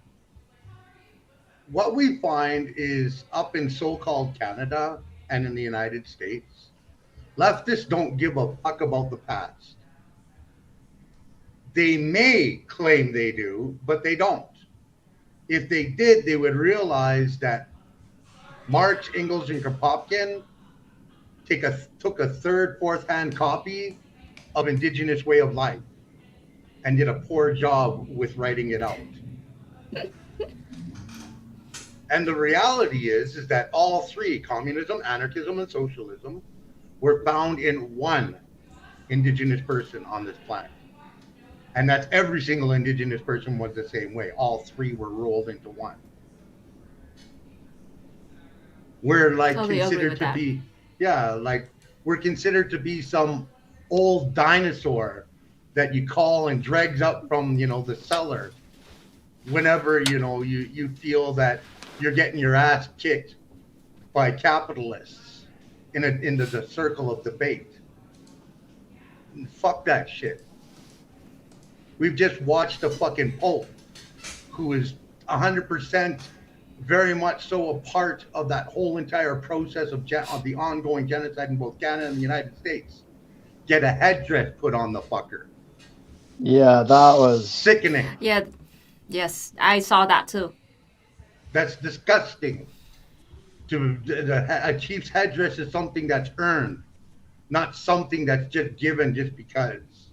Exactly. And then the piece of shit demanded that we indigenous people pay for his whole entire visit. Oh Did he gosh, really? really?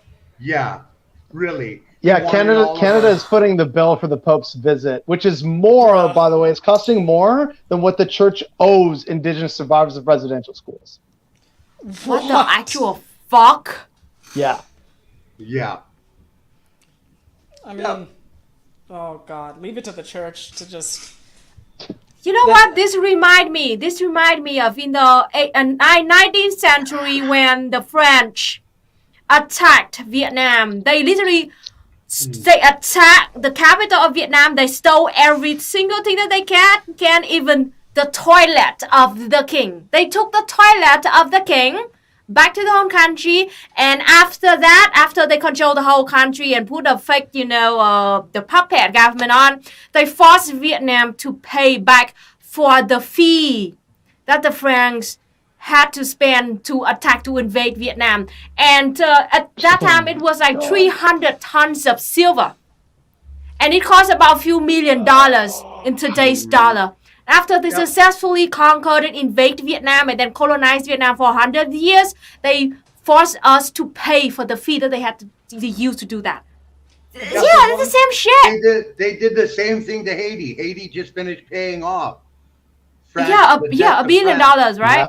Yeah. The thing about also like in indigenous struggles in Canada, in so-called Canada, like every single time the federal government attempts to do any sort of reconciliation or anything, they inevitably make it much worse. They inevitably, like, by accident or intentionally, make the situation like and the whole like thing about like the whole like the notion of like reconciliation and like the politics of reconciliation, like they just like they try to basically take indigenous people and just make them a part of the system and like have like universal control of how those governance structures work, instead of like actually recognizing them as sovereign nations and peoples that have rights and traditions that we have no say over. Rather, they're like, you can have your own like little like area as long as we can also put our laws are above your laws. Like, hell no. Yeah. The treaties are the supreme law of the land. Yeah. And that's our laws. Yeah. Not colonizer law, our laws. Yeah, so like there was... And sadly, many Canadians don't understand that because they were never taught that in school. They were taught that this is their land now. Indians used to live here, like we're some dead race like the Atlantis, the lost city of Atlantis. Bull fucking shit. I'm standing right here.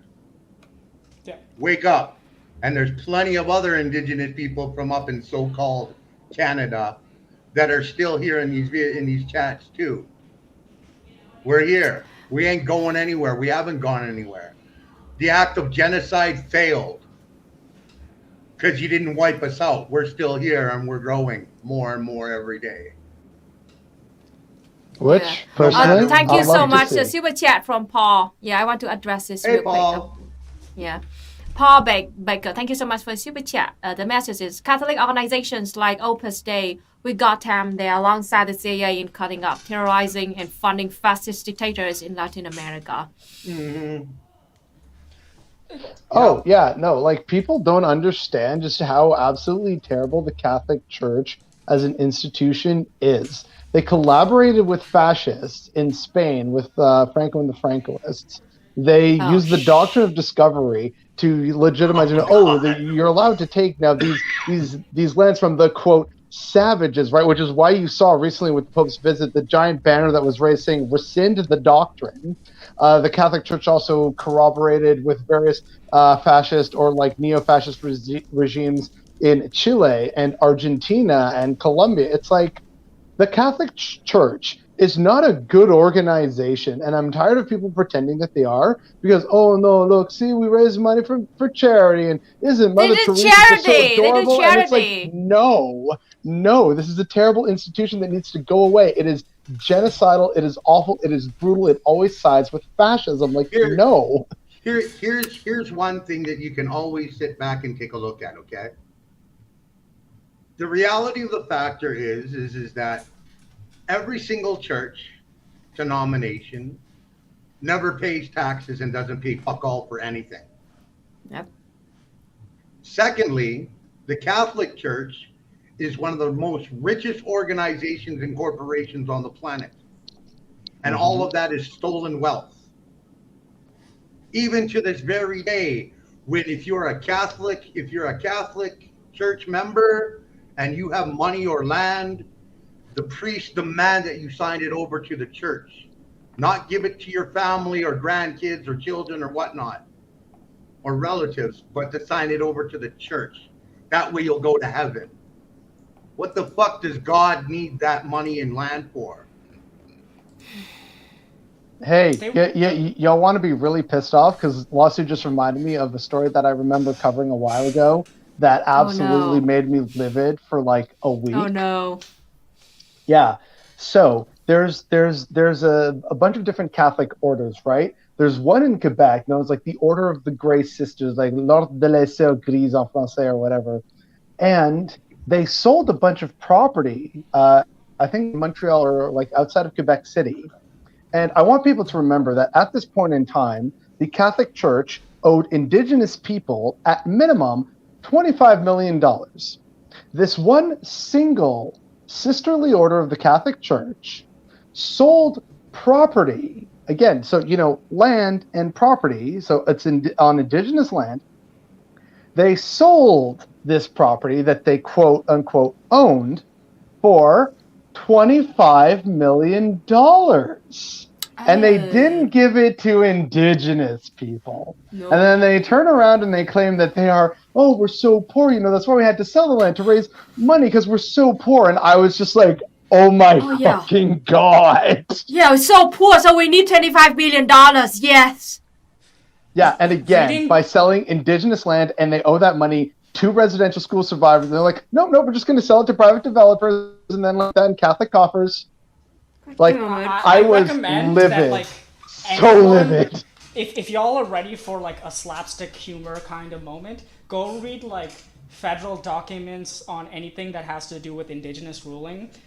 Especially in sort of recent history, it's all just like an attempt to skirt over this like big elephant in the room by like they want to address like sort of like the peripheral, very shallow thing of respecting Indigenous cultures or whatever, but they don't want to touch the big elephant in the room, which is like, did white people come to this country and illegally occupy the land? Which is, the answer is obviously yes, in which case the entire notion of Canada and its legal system falls apart. So they have to like work around this very carefully because it's the base premise. It's not just that. It's not just that, my friend, okay?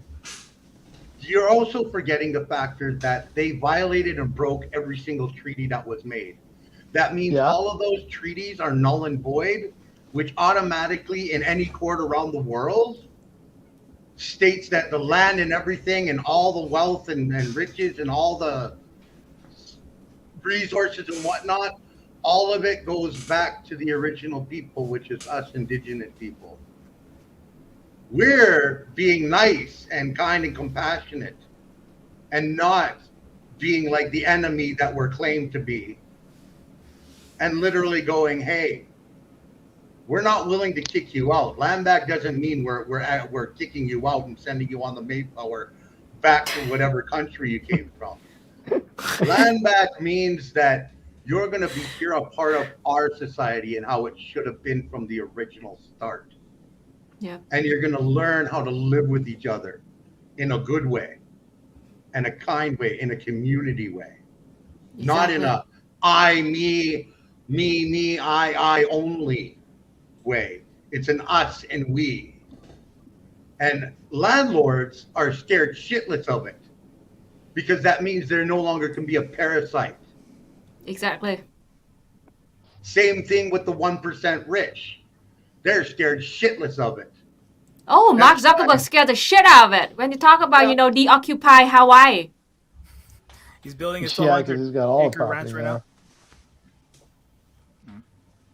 Yeah, like, and a thing that, like, like Western leftists, especially like white people specifically, need to learn is that, like, if you're like really interested in like creating a socialist government, you cannot have a conversation about that socialist government without indigenous people being sort of the crux of the, like, how that's built. And anything that is built that way without that consent and without that work is illegitimate in the first place. So you've like built your like castle on a pillar of lies, basically.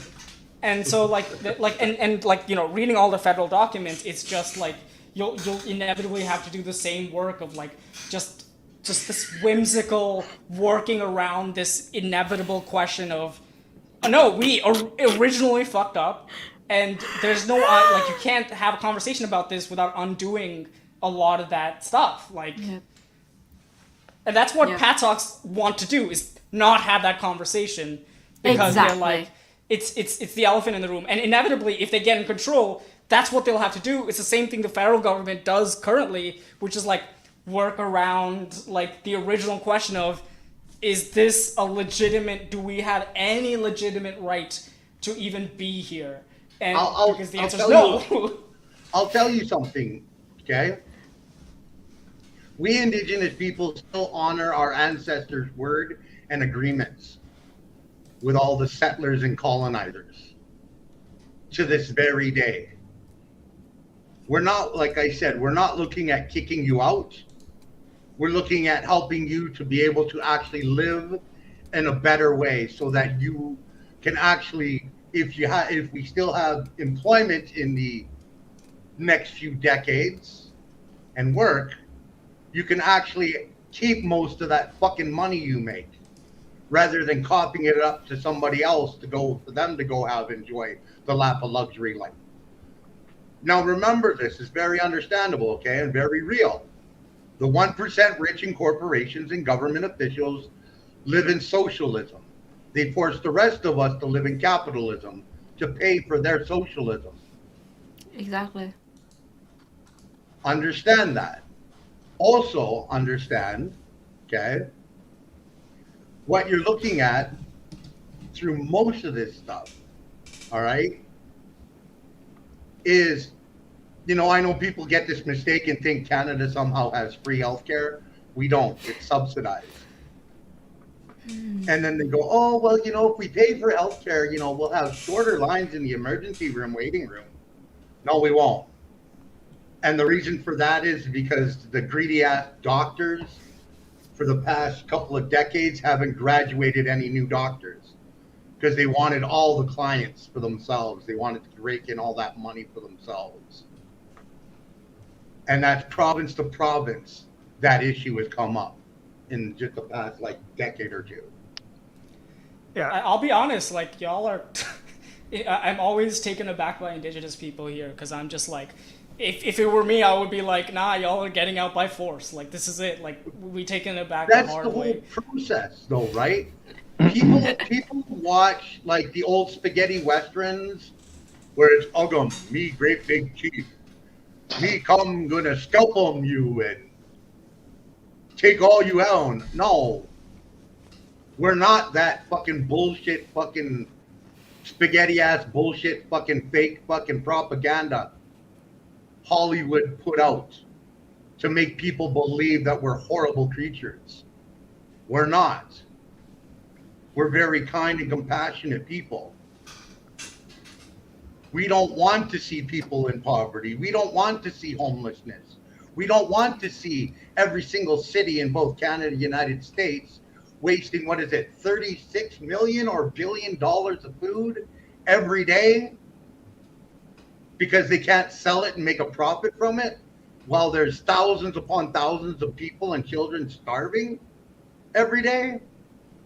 That's not how we see our country. We don't see that. Like, you know what I mean? GoFundMe has now become people's medical fucking payment plan. Yeah, it's unreal. Yeah. It's nonsensical. Like, it shouldn't be a thing, but here we are. Yeah, speaking of And- healthcare, I just wanted to bring up because I know, Canada. My partner is actually from so-called Canada, but just on what does land back mean, and why you don't need to be scared of land back. I posted like one of the threads is about indigenous socialist Hawaii. I argue that Hawaii was as an indigenous people, as not colonizers, right? And we had Hawaiians, we had Asians, we had black people who were slaves in the United States and were segregated in Canada. When they came to Hawaii in the 1800s, were full citizens. And also in Hawaii, we had the world's first universal healthcare system.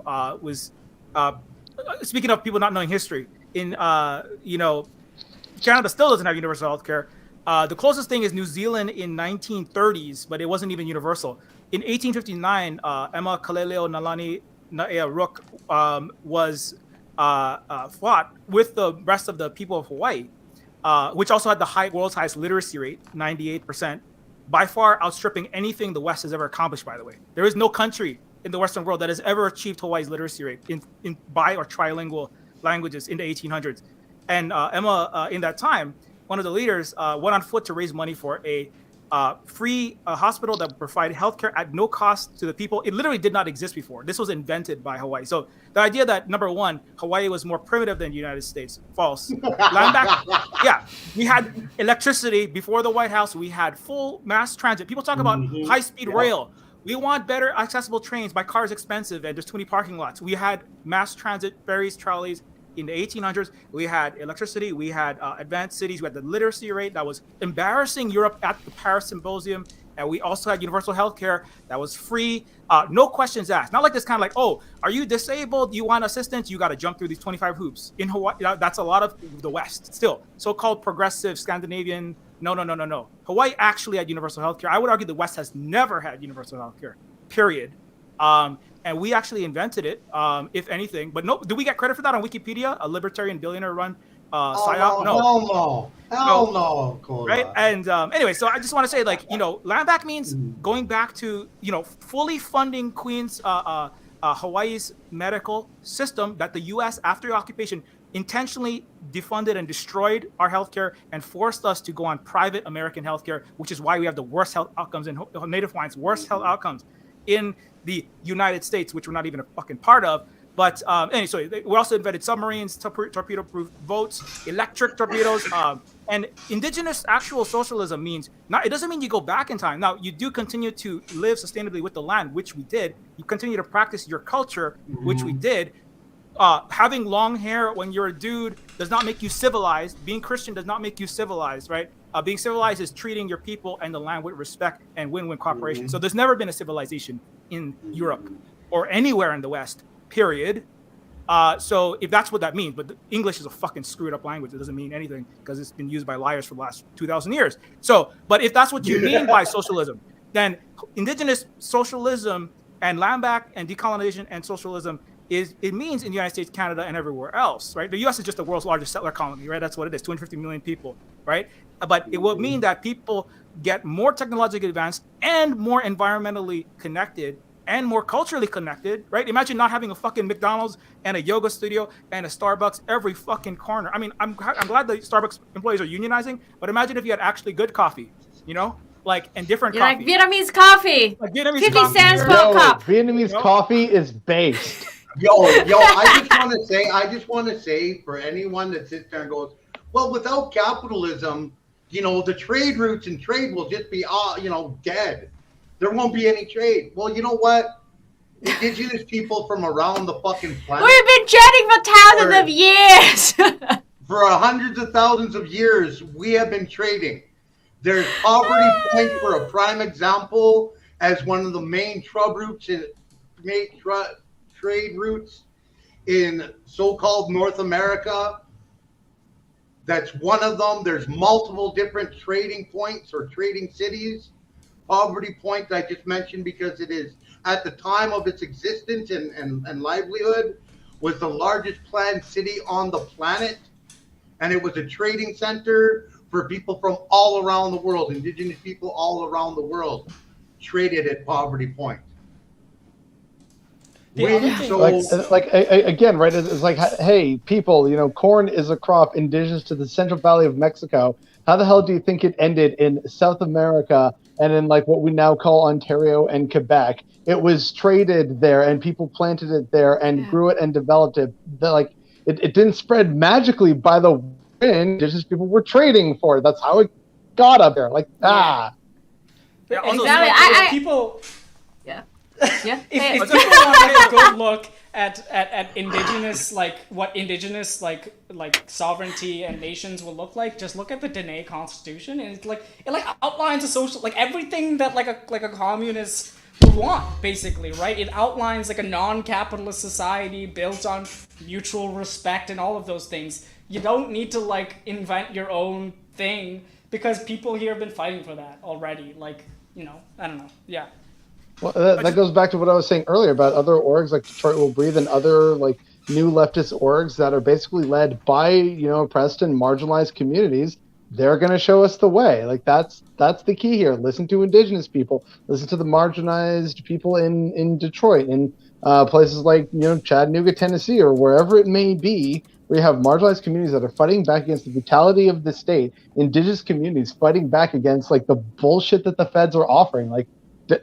Support these people, support these groups. That's the way out of this. I want to add real quickly to that and piggyback on that for a moment to bring up a very horrendous and disgusting action that the Canadian government is still currently doing, which is when it came to the 60 Scoop settlement, they claimed they only wanted to allow 25,000 of the stolen children and sold into slavery back to their status and give them back their status. Over 50,000 applied. So the numbers far exceed what Canadian government is willing to accept, which means the reality is that you have this stupid ass little thing that tells you, oh, you're only 2 or 5% of the population. You're a minority. We have to keep you as a minority and as a minority voice. So you don't mean anything. That's a crock of shit. Same thing with, there are many different tribes in the United States right now that are telling the US government to go fuck itself on blood quantum. We determine who we are, not some foreigner coming into our lands and dictating to us who we can and cannot be. Exactly. The same thing with, we're being told if we want to heal from growing up like myself, I was stolen at 3 months old, placed in the foster care system at 4 months old. They took such poor care of me there that I ended up with a severe case of pneumonia that almost killed me and completely damaged and destroyed my lungs. But I can't sue the Canadian government for that action. They even illegally changed my name in a court docket when they were selling me to white people. Yes, I have the paperwork to prove it. So that my family could not come to court and say, no, we don't agree with this. This was never the arrangement. What the hell? We don't agree with him being sold and taken. They did that. Then, on top of that, they put me in a home where the foster family literally raped, tortured, and abused me from the age of 4 years old to 13. At 13, when I finally stood up for myself and put an end to it, they locked me up, put me in a year in jail, and then from 14 till 18, put me in a residential school that's still being a residential school to this very day. They just changed their, jacket a little bit so it doesn't look like a residential school, but it's still the same residential school. And I'm told that the only thing that I'm interested in is getting money for this, so I should just fuck off and be grateful. There are multiple people.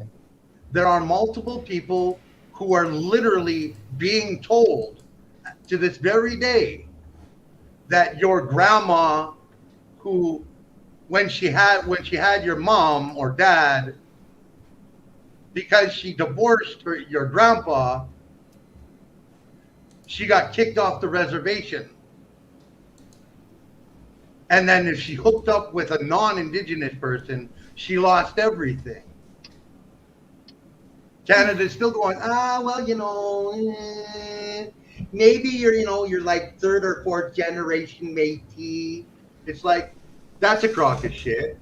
Or they'll sit back and tell you, oh, your grandpa's name and religion was like Anglo-Saxon or Catholic and not their race, just like the Catholic Church did back in those days. And the rest of the churches with the residential and boarding schools. They stripped you of your race and gave you an identity, a name, and gave you an identity that goes with that church. Genocide is still ongoing. People don't fucking realize it. They think, that's just a thing of the past, bro. What are you talking about? No, it's not. It hasn't ended. This is just some of my stories, and there are thousands upon thousands of people, Indigenous people, who have similar stories. Mm-hmm. Yeah, like this shit ain't over, and people act like it's ancient history, and it's like, no, like you're literally here with us, showing these horrifying realities. Which, again, I'm so sorry that happened to you. That's unjustifiable, and it still goes on. Indigenous women are still being sterilized in Canada. Exactly, I was about talking about that. In the West, like BotheredBoy, you want to know something really disgusting? I guess. Takes young girls between the age of 10 and 4 years old, and when they're in the foster home and they're at high risk of being raped and molested by the foster parent, will stick an IUD in them. I've heard this. Yeah. Yeah, no, I read that one. Yeah. That's fucking disgusting. Rather than address the problem, you're addressing the symptom while still resulting in trauma. It's like, holy fuck. 98% of the reason why Indigenous children are put into care is due to poverty. That's enforced poverty from the Canadian government. Exactly. Because the reservations are not reservations. They're not a fun zone. Those are still to this day concentration camps, prisoner of war camps. Still to this day. Period. Poverty is imposed on you, so you have to succumb to the system. My own tribe, sat back. I literally have the thing from the Canadian Historical Government Agency, literally, that sits there and says, oh yeah, your people were gaining wealth far exceeding the oldest Canadian family or English family in Canada. So what did they do? They shoved us in with a bunch of Cree and Ojibways and pushed us onto the same reservation and off those lands because, well, we can't have you getting, wealth and doing well. We can't have that. You have to remain subservient to us and at our doorstep begging for the smallest morsel of scraps from the slave owner's table. That's the fucked up shit that both me and Silverspook fully know. And I know Luna also understands it too. And Nigel, I believe you probably also might understand that. Yeah. But this is our lives. Yeah. I think people who are listening to this, I'm just thinking, because, we're talking about, what can we do to help the Western left out? And I think some people, there's a choice, to kind of try to tie this together, we might have to go and see, but, I think everything, we started with kind of talking about, there was an organization trying to make the world better, right? Through the Communist Party, right? And then problems happen and people can choose. At the point when you discover, there's something I'm with this organization. This is my grandpa. People, when I put out that album, Colonizers Going to Hell, it's really about, hey, let's not keep doing crushing what Lawsuit's talking about. Let's stop doing that. Let's actually get better from this deep ancient trauma and all of our traumas collectively, internally, externally, nation to nation, people to people, man to woman, people to queer people, people to earth, right? Let's just get better, but we have to acknowledge it, and people are like, Silverspook, I can't listen to your album because my great grandpa had slaves and he was a white Virginian, and it just makes me feel bad about my great grandpa, and I'm a white guy from Michigan now, and it just makes me feel bad to hear that America did bad things, and so I just don't want to feel bad, and I don't want to think badly Just of want this. to vibe in. My family, but it's like I get it, like, hey, if somebody tell me, hey, Chris, Silverspook, your great grandpa he was a fucking Japanese fascist, because my great grandpa was a Japanese fascist that massacred people, all over in China and did horrible things. My other great grandpa was a horrible guy. He was a racist. He beat his Hawaiian wife. He was a racist cowboy from fucking Germany who came over to get settler colonial American patriotism and have a good working class life in America, and then he beat up people and took their land and died a drunk, sad wife beater in Hawaii, and it's like, I can do two things. I can go, I want to think highly of my great grandpa. I don't want to tarnish his name. Like, I don't want to tarnish the name of people who are abusers in a communist party. I just want to preserve the facade of America or my group, my family, my skin color, whatever, my made up white, whatever. Let's just be generous and be like, but you can choose one of two things. You can be like, it hurts and it's gonna hurt. It hurt the first time I found out how terrible some of my family was. I have Hawaiians who fought, and I'm related to some of the elite who built universal healthcare and fought fucking colonizers, and that's great. That's great that I have those ancestors. But then there's these other ancestors, and not everything they did was bad, but they did fucked up shit. And I just gotta be like, hey, great grandpa, I'm sorry that whatever built you made you who you are, but fuck you, man. And I have to make sure that the next generation, right, and moving forward, and with my generation and with my kids, that we're educating properly as best as we can. Don't repeat those mistakes of our ancestors. But if you can't, if you don't even know the mistakes, right? This goes back to the history and everything we're talking about. And and when you hear the true history, you have to be able to hear that, and you have to be able to. That's what takes the toughness, right? We're gonna have the masculine American patriot socialism. You guys are all wimps. You can't even hear stuff like what Sue's saying. Just hear that stuff and sit with it and hear what actually courageous people. A lot of them are actually women, but actually fought like in fucking Vietnam against, and also women who fought to unite Hawaii against the empire were women. And if you can't hear that shit, I think we might have lost Silverspook there. Oh yeah. But to also go back to what Lasu was saying. Yeah, there he is. Sorry. I'll just finish it up. But yeah, go ahead. Yeah, you go ahead. Uh-oh. Who wants to go back to me now? Oh boy. Tech troubles. The leftist discussion getting too spicy. We're being silenced by the deep state. Oh no. Anyway, my point Trudeau's at it again, right? Right, conservatives. Trudeau's at it again, right? Yeah. Oh, Trudeau. I was dunking on Nancy Pelosi. Yeah, Nancy fucking Pelosi. But to go back to something that Lasu was saying earlier, I also get it because my dad is from South America. He's half black and half indigenous, and so his connection to his indigenous roots in Latin America are very tenuous, and thus so are mine. I know that my great grandma and my great great grandma were indigenous, but that's about it. I have no connection to these ancient ancestors of mine. It's just a vague awareness in my history, right? And I fucking hate that, right?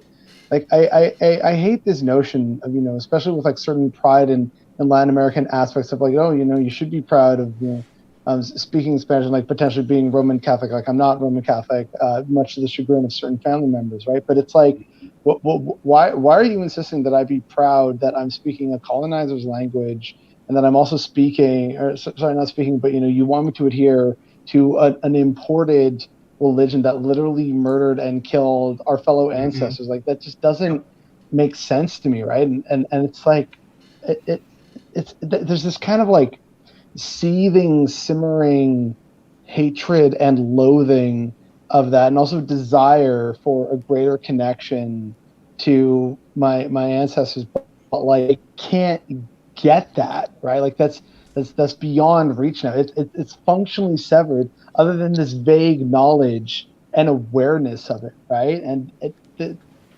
there's that simmering hatred, but there's also something else there beyond just like, you know, the sense of mourning for loss. There's something else there that I just can't quite put my finger on, but it just always leaves me just feeling this very weird, deep, and complicated feeling about my past, my heritage, and where I am today, and where, you know, even other members of my family are today. And I just don't have the words to describe it, but just what Lasu was saying, it definitely touched on that for me.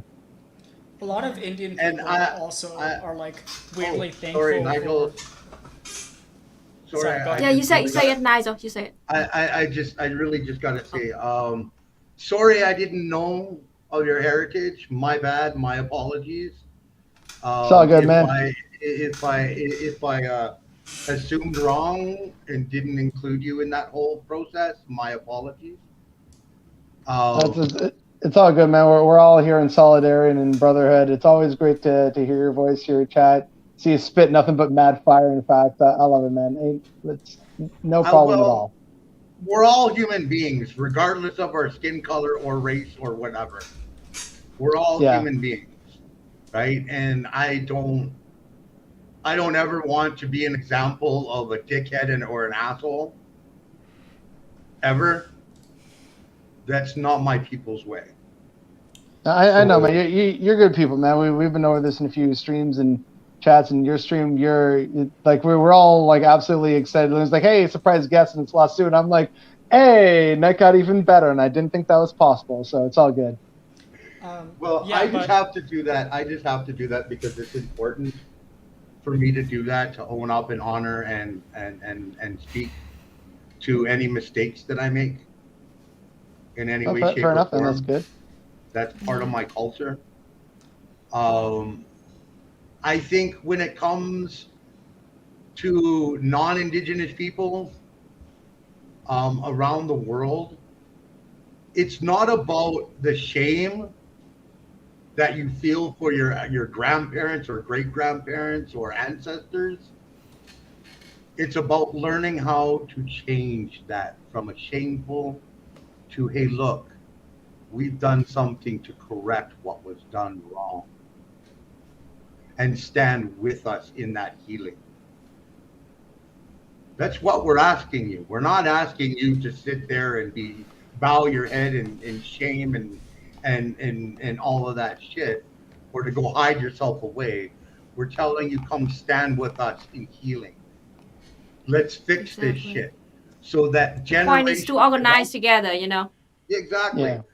So that every generation to come won't ever have to experience this shit ever again.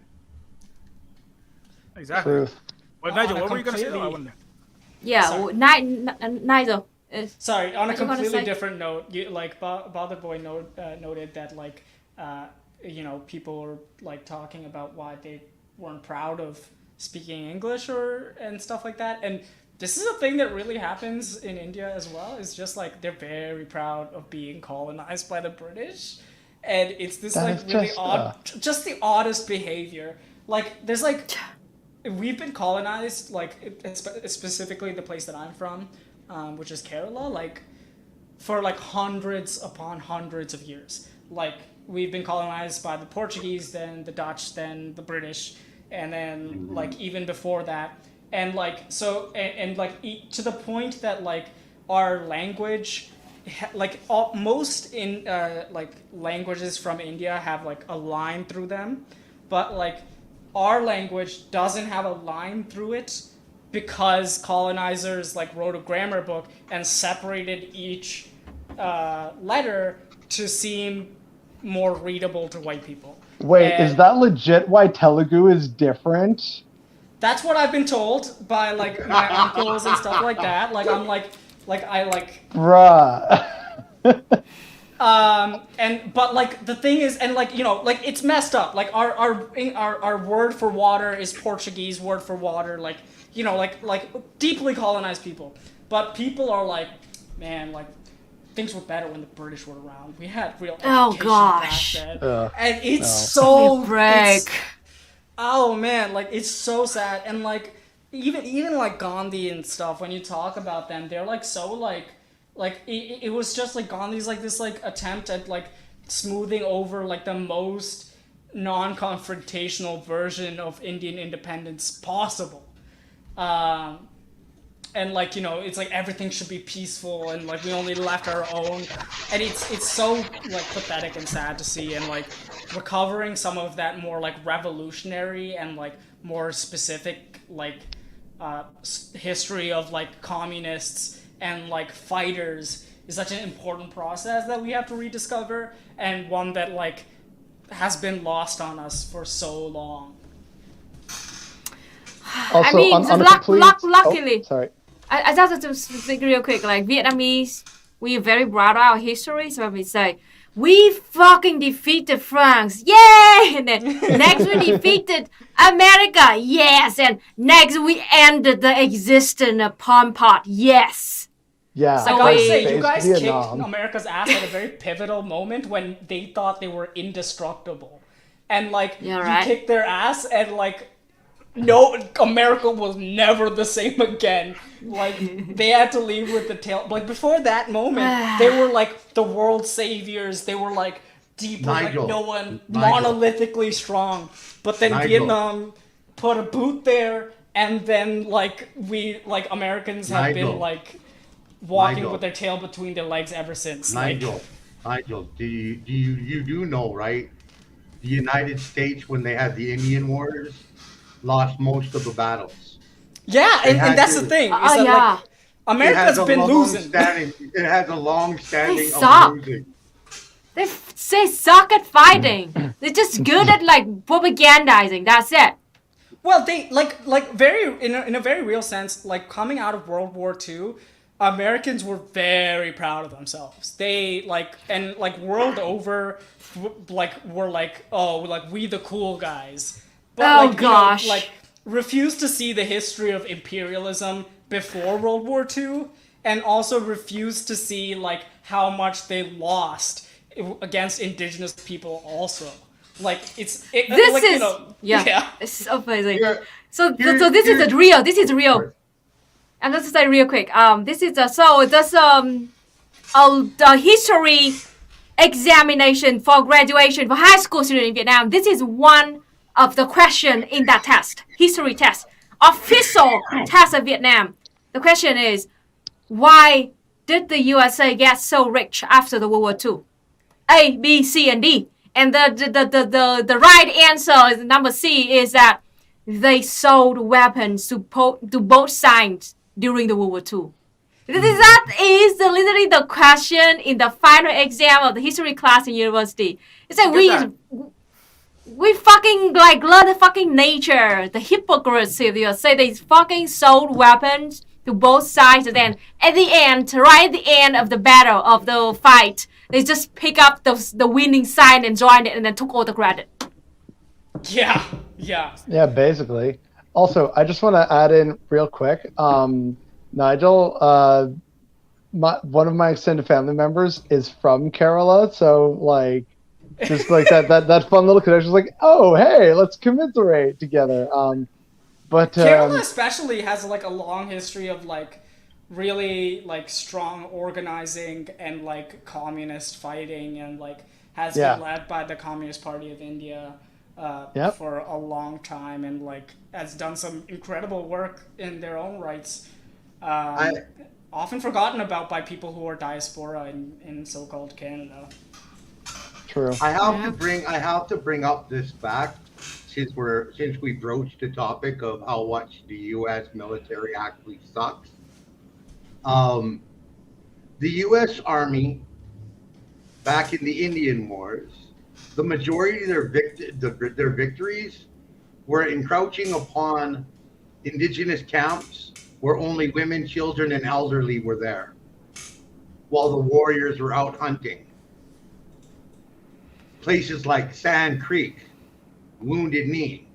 Sand Creek is a prime example of that, where the soldiers went in, killed women and children and elderly, and then cut off their body parts and hung it all over themselves as trophies as they rolled back into the colonizer towns. White people were good at brutality, not at war. They were good at like fomenting that real atrocious warfare and doing the worst thing possible in a given moment. And that's why that's a thing that they were good at, actually, like not actually warfare. Yeah. As someone pointed Now out in the today, comments, like it's the diseases that today, yes, we indigenous people didn't have any contact with measles, smallpox, and cholera and things like that. Europeans went, oh look, they don't have any resistance to it because they've never had it. So let's give It's them never blankets been full here. of smallpox. Yep. Yeah. Now And then that's call it considered- Thanksgiving. Yeah, and that's called, in today's standard, that's called, what do we call that? Chemical warfare or It's biological. just bio warfare. Biochemical warfare, which underneath the Geneva Convention was labeled as no longer legal and should never have been legal. Yeah, it's a war crime. Fucking war but they crime. continued With a doing war it crime. anyway. Like And they they still never keep gave a doing shit. it. Like During COVID, you know who got the first testers in both the United States and Canada of the vaccines? The reservations, indigenous people. Yeah, of course. Like What a fucking ended up lab happening- rat. What ended Yeah. up happening was the indigenous people had so much leftover vaccines that all the reservations put out to all the surrounding cities and European cities and settler colonies and cities. If your government is too lazy to get off their ass to give you a vaccine, come on down. It's free. You don't even need to show us your health care or coverage or anything. We'll give you the vaccine for free. I remember that. Yeah. and this was during a time where they were like doing the sort of like specialized vaccination output, where they were like, what kind of housing do you live in before you get this vaccine? What kind of thing are you doing here or there? And like, Yeah, means tested support rather than just supporting all people that you allegedly represent as the government. You know, fun stuff. Oh, I just want to get something on the. Well, if you want to go first, but I have something. I have a special story about the biological warfare in Hawaii as well. But if you want to go first, yeah. Well, yeah. Just one other thing I will say while we're still kind of on the subject of the American military and sucking. People forget that the Vikings were technically the first white people to come to the continent, like back in the year 1000, more or less. Actually, no, And- that's not true. Okay. Well, sorry. Then, in terms of like some of the understanding, but They basically, were the main. they were like the second or third Europeans to come. There was a group of people that existed in what's now called France before French people came into existence that made it over on the last climate change that we had when the most of the northern and middle of the planet was frozen over by ice. Mm-hmm. There was a group of people that they found had two or three DNA markings with a lot of the indigenous tribes on the East Coast. did not know So- that. All right. But the main story that I wanted to share was about the Vikings and why the U.S. military sucked, and that people forget about it. So when the Vikings came over, they basically got their ass kicked by the people that they referred to as Skraelings, and they basically never returned because their warriors were just too badass for the Vikings, or the Vikings that white people looked like, oh yeah, Vikings, that's what we need to get back to. And it's like they ran scared from the indigenous peoples of North America. So just putting that in context again for And also the the disease historical that spread factor- through and killed 90% of indigenous people in the Western Hemisphere. People don't realize how much that fundamentally shifted so many things in the favor of the colonizers. Because in terms of just warrior combat, they absolutely made the Vikings piss their pants. And also, the Vikings only lasted one winter here, and then when the water Yeah, that too. froze, they went back to their homeland. Yeah, to more temperate Scandinavia. I want to let Silverspook speak here, but Yes, I also have a please. story Yes. about Sorry, Kola. colonizer sucking ass in Rome. Oh yeah. It's a infinite. There's actual textbooks with true things in it. It's called "Colonizer Sucking Ass." I'm gonna write it soon. All your contributions, and actually credit you, unlike colonizers. But no. So specifically about the biological warfare, I wanted to bring this up because no, it's absolutely true that. And actually, speaking of Christianity, colonization, and all this all goes together. Specifically, the Pilgrims and the first Anglo-Saxons that were in North America. As they intentionally brought the smallpox and let it run rampant, and they said the wonderful preparation for our Lord Jesus Christ by his providence or his people's abode in the Western world is the death of all of these. Again, that goes back to everything we've talking about. But Hawaii, the colonizers, when they came to Hawaii specifically, they tried the same technique. You don't read about that in the history books. I mean, not that they talk about the gun, germs, and steel. It's kind of like accidentally maybe somebody died, and then lots of people died, and maybe then we just made the land better in Turtle Island. But in Hawaii, we have actual documents. There's a story. I posted a thread, and there's some of these excerpts from Hawaii's Story by Hawaii's Queen, actually elected leader Liliuokalani that was overthrown by the United States. But in this book, it actually outlines how, and this also goes along with anti-Asian racism and the whole Wuhan flu and the history of scapegoating Asians for disease, for COVID-19. It's a bioterror weapon coming from China, all this stuff. And that in the 1800s, right, the Chinese were blamed everywhere for bringing in disease and filth and pestilence because they're unsanitary. Inside of corporate, this is how the mass disinformation system, that's the only thing the Westerners are good at, is fucking lying, cheating, and stealing. Is they put in the corporate documents for like the Vanderbilts, the railroad barons, they said, bring Chinese over because Asians have the Chinese have very good hygiene practices and will prevent spread of plague. But then they spread the lie to all of the United States through their newspapers and the New York Tribune and all this shit that Asians are bringing disease. And in fact, so Hawaiians were thinking this because the Europeans are writing about how Asians are bringing disease. They're going to get you killed. Now, like, we're the ones bringing disease and massacring indigenous people with biological warfare. So Hawaiians did our own internal studies. And what we found is that Liliuokalani, actually, we did contact testing, tracing, mass vaccination. There were no anti-vax rallies in Hawaii because we actually had an education system, socialism, and universal healthcare. There was our elected leaders like gave public vaccines when people were worried about it. We did lockdowns, testing, and tracing, containing multiple smallpox outbreaks. You know, like monkeypox that's coming for you. It'll be poetic justice if you all fucking die from monkeypox, clowns. But anyways, I don't wish you biological warfare yourself to death. But I mean, Yep. We don't against any term of service of YouTube. Yep. But anyways, we don't want to violate any terms. I'm just saying, like, please, just like take the proper scientific medical precaution. Like, do science, like you say you're so scientific, right? West, you're not. But just try washing your fucking basic, parts a couple times. But anyways, wear a fucking mask and wash your hands, you filthy people. Okay, and so anyways, so in Hawaii, we took the precautions, right? And Hawaiians investigated with medical teams, and so Liliuokalani wrote the white crew of the ships. There was a specific ship, the Quinta was one of them.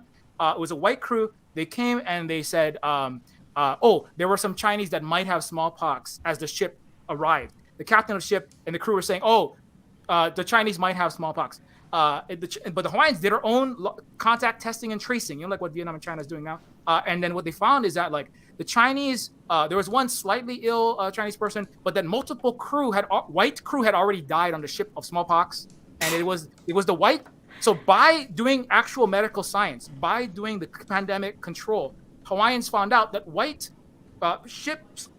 people were doing biological warfare, lying about it, blaming it on Asians. And the Hawaiians said, we have to be very careful about these. We cannot trust any more of these white ships because they're bringing fucking smallpox to try to kill us all. We have to get vaccinated. We have to lock down, and we have to trade. And that's part of how Hawaii survived at all, actually. So it's just like a story that kind of talks through all these things.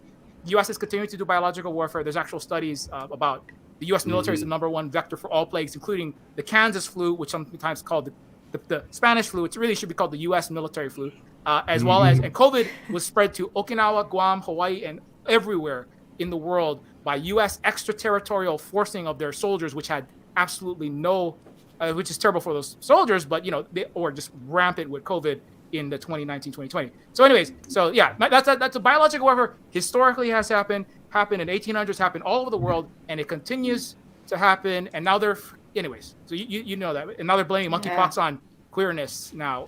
It's a discussion. Oh gosh, Oh, exactly. yeah, You hear that article? I read the article and literally the World Health Organization or something want that like the queer couple like should be careful because of the monkeypox. Like what? You know what's really saddening here is that when HIV and AIDS came out, they claimed it was a queer disease only. Yeah, exactly. Yeah. But Yeah. I need to add this because it's a great segue. But so India, like Keralites, and I don't know about other Indians specifically, have like a sacred ritual of washing their ass. There's no other ways to put it. We've been doing it from like since the existence of our cultures. Very important to be clean. And when we were getting colonized by the East India Company, one of the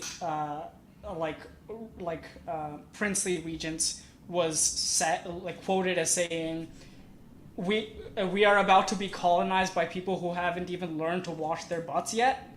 And it's just like this like real moment of exacerbation, and it's this thing that like brown people really couldn't get their heads around, is that fuck man, we're getting colonized by people who can't wash their asses yet. Oh, Nigel, I'm so much related. Oh my gosh. Oh my gosh. To be honest and realistic here, reality is that when the colonizers first got here, they didn't know anything about soap, washing themselves, or even knew how to fucking farm or clean themselves or feed themselves.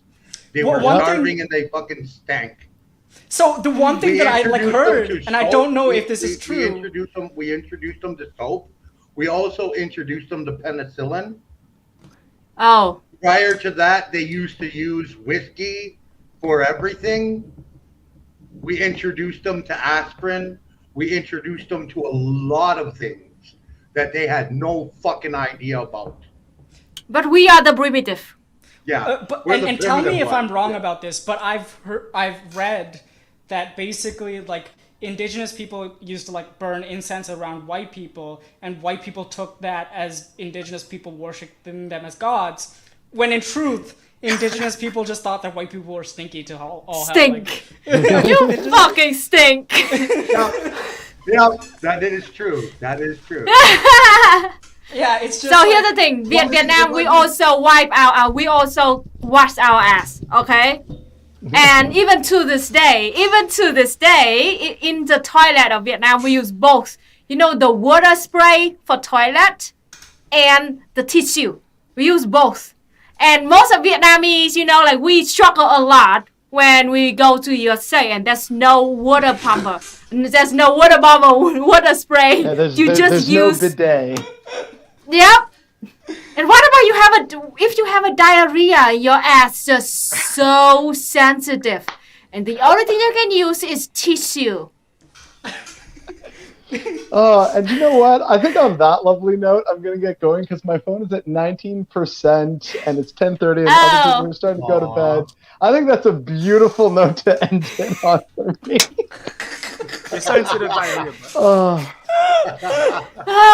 So bye-bye, BotheredBoy. I hope that I can have you back in the future panel. Absolutely. Let me know. Thank you to Silverspook for reaching out. Thank you, Luna, for hosting. Thank you, all the chatters, for being here. Thank you to our fellow guests. It's been a pleasure meeting you, Nigel, and also Professor Flowers earlier. Lost Sue, always a pleasure, my dude. Like, it's always a fun time chatting with you, man. And good night, everyone. Stay safe. Solidarity. Bye, clean ass. Diaspora, one of the fun things is you have to teach your white partner to wash their ass.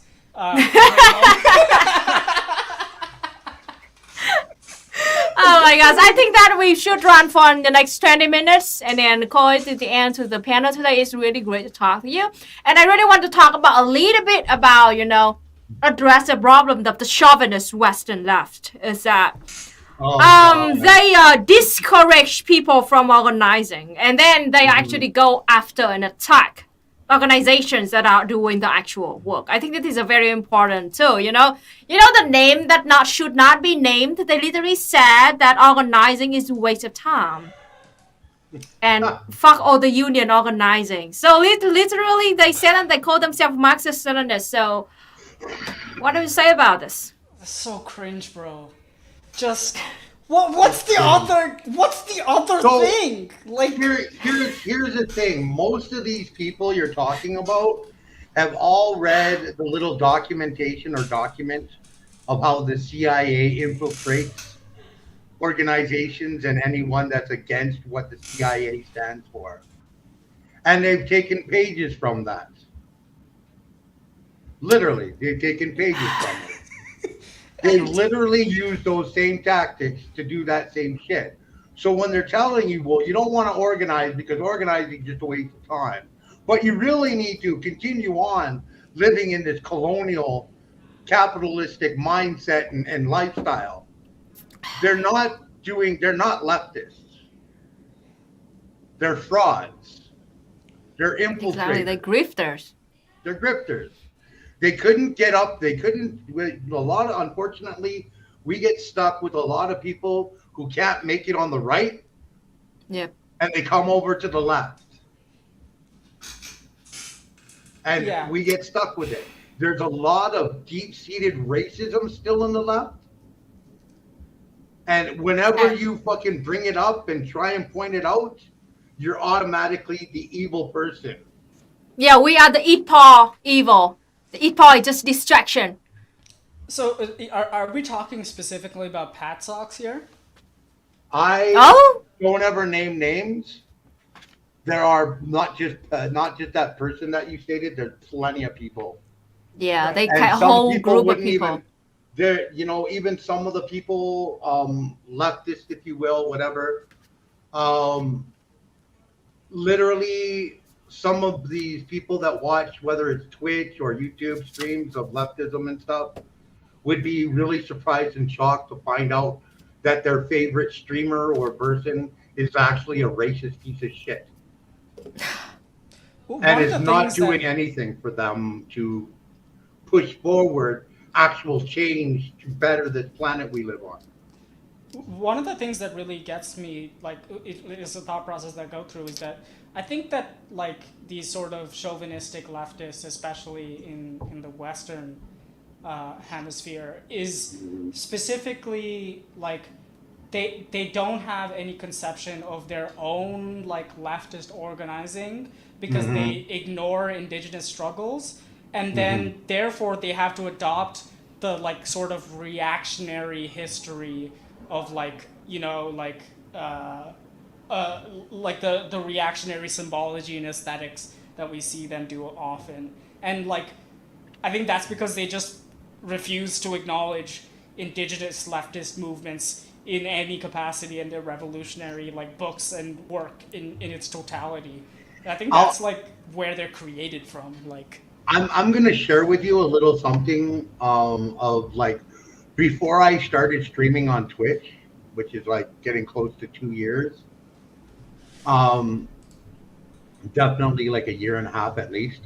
I walked into a stream on Twitch. It was supposed to be a leftist stream, and I sat there, and there was a communist and an anarchist both sitting in the same room.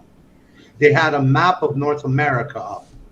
Half of that map was split for one portion was communist. The other portion was anarchists, and they still had reservations. Excuse me? Yep, they still had reservation concentration camps for us indigenous people. And I'm like, motherfuckers, do you think we're going to let you come and do another fucking colonialism and colonizing? Do you think we're going to let you do another one after this one is gone? Get fucking real. yeah. And that's how it is. Literally, I've sat there where I've had people tell me that you indigenous people just need to sit back and shut up, and we'll call you up when we can't fucking win a debate against the Chud, and we need the ultimate ace card, and we'll pull you up as that. Yeah. Sorry, Jason, for my cursing. But literally, that's the kind of garbage that goes on. Or indigenous way of life is, the ancient way that's like old, it's no longer relevant to today's world. Oh, really? Well, we're not a monolith.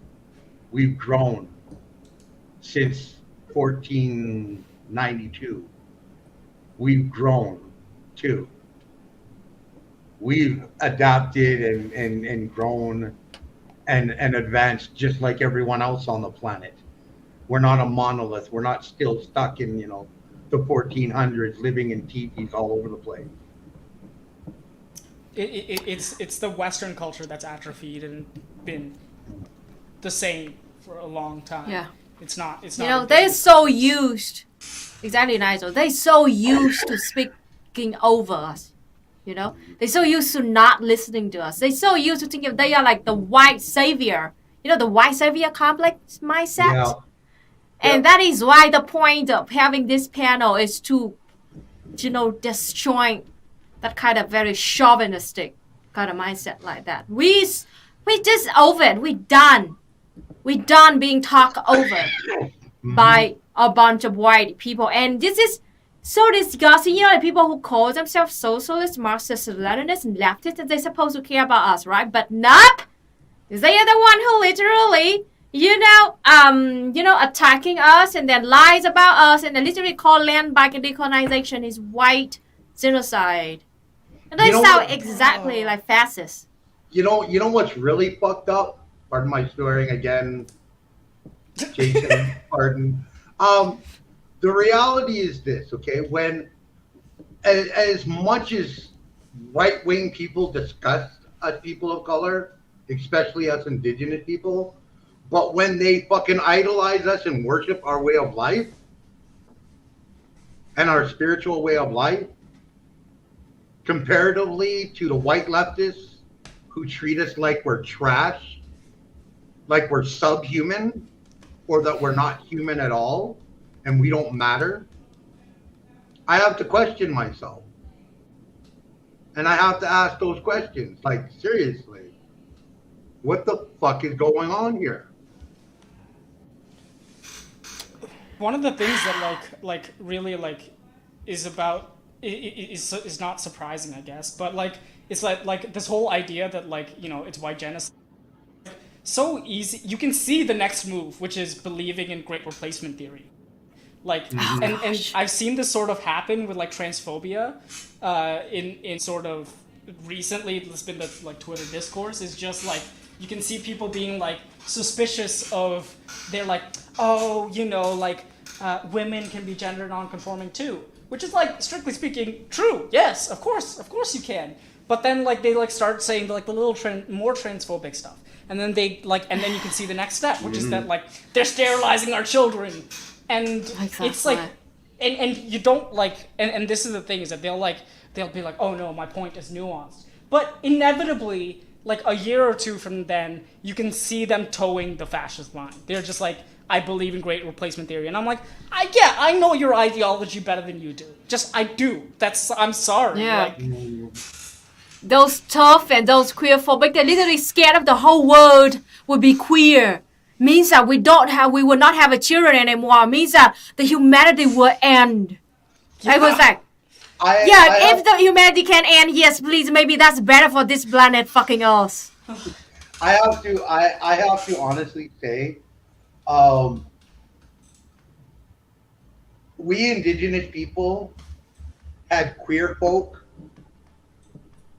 in our communities and in our tribes for tens of thousands of years, who were very much an integral and important part of our community and tribes, and loved and respected and honored, comparatively to the Europeans, who only permitted it to the select few rich and wealthy people.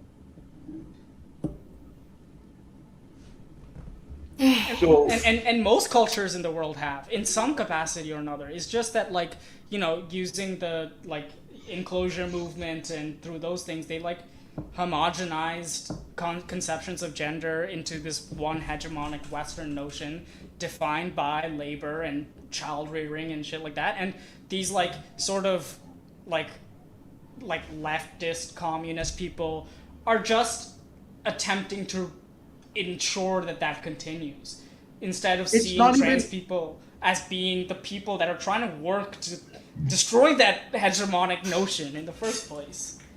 I look at it this way. Europeans have this LGBTQIA plus thing, right?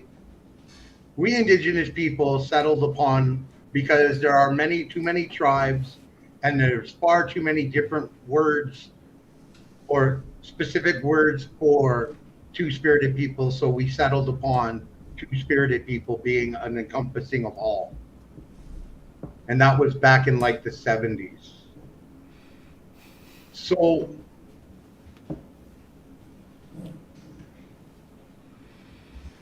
it's very important to remember that there are some of us on this planet who have been dealing with this shit a lot longer and have been fighting this shit a lot longer.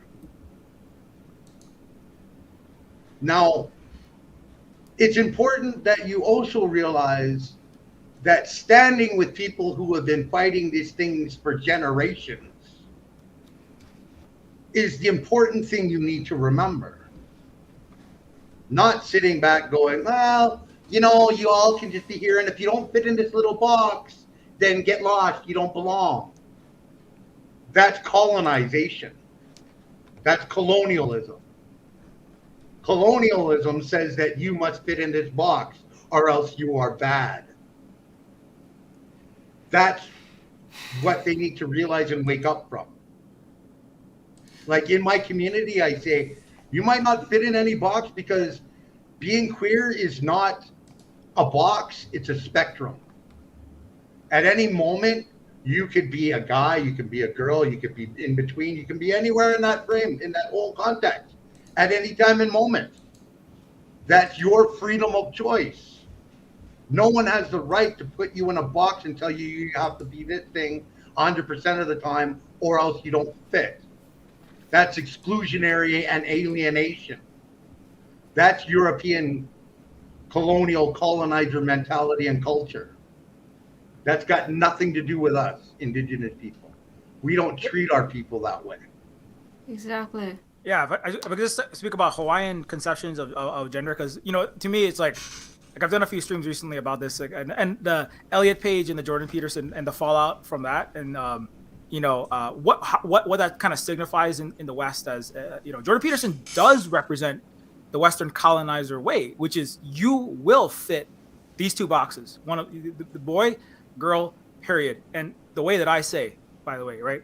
And for as a Native Hawaiian, our word mahu is a word that means, it doesn't mean exactly the same as what two-spirit means, but it's very similar. It's people who move between worlds. This is actually, it's very similar to that meaning of masculine, feminine, or kane and wahine. That's the native, the words. By the way, in Native Hawaiian, in all the Austronesian languages, which, by the way, were related, I think I mentioned earlier, were related to the indigenous Taiwanese people, as well as people in Madagascar, in Africa, all the way to Rapa Nui and Aotearoa, New Zealand. So we actually reached every continent on the earth. And all of our language family has no gendered pronoun. There's one pronoun, ya. It's actually similar to the Chinese have one ta, I believe is the universal pronoun, right? And in Hawaii, with ya, it means he and she. In Tagalog, in Philippines, and in Indonesia, it's like, it's not always exactly the same, but it's basically that same universal he, she, and it's also it. So number one, is that masculine and feminine, so it's not patriarchal. All people are equal. It doesn't put he at the top, connected to God and to capital and to power, and then she beneath that, and then it somewhere down there, the thing that we abuse and exploit for resources, and then leave smoldering and broken like this entire planet, which is, it's the opposite. The land comes before everything else. The land is the ancestor. You have a duty, like you have a duty to respect your mother, your kuleana. That's the word that we use. And so he, she, it is all ya. And the relative, right? The kalo is our elder brother, right? It's there's a lot of Turtle Island indigenous culture, very similar to all of these indigenous ways that we have in the Pacific. And so so the way we approach the gender is like, you know, which goes along with kind of like the ultimate theme, which is the colonial, the imperial, I call it just like the broken, unhealed Roman trauma, or whatever you want to call it, or just it's just some you look at things as the first tendency is it's different, it's bad. And I look at you encounter a thing. What is this? It's not a man or a woman. Let's burn it. You know what is this? Let's set it on fire. Let's take it and let's use it. Like witch hunting bullshit. Yeah, like witch hunting. And if it doesn't conform, it has to either conform to what we say for the benefit of individuals and the most powerful individuals at that. And if they don't conform to these rigid boxes, then we set them on fire. And that could not participate in the Silk Road. That could not participate in win-win mutual cooperation that accepts differences, both cultural differences, gender differences, third genders, and also like the land is not treated as something lesser. The land is simply like an older, different entity, right? Like the water, the vai is the word, ola ika vai, right? The water of life. The land has its own agency. Now, doesn't mean like we just like hug and pray to the land and like that's what they'll say. Oh, indigenous people are superstitious, backward people. No, it just means you are in a community. Yeah, you are in a community. You are a piece of a web.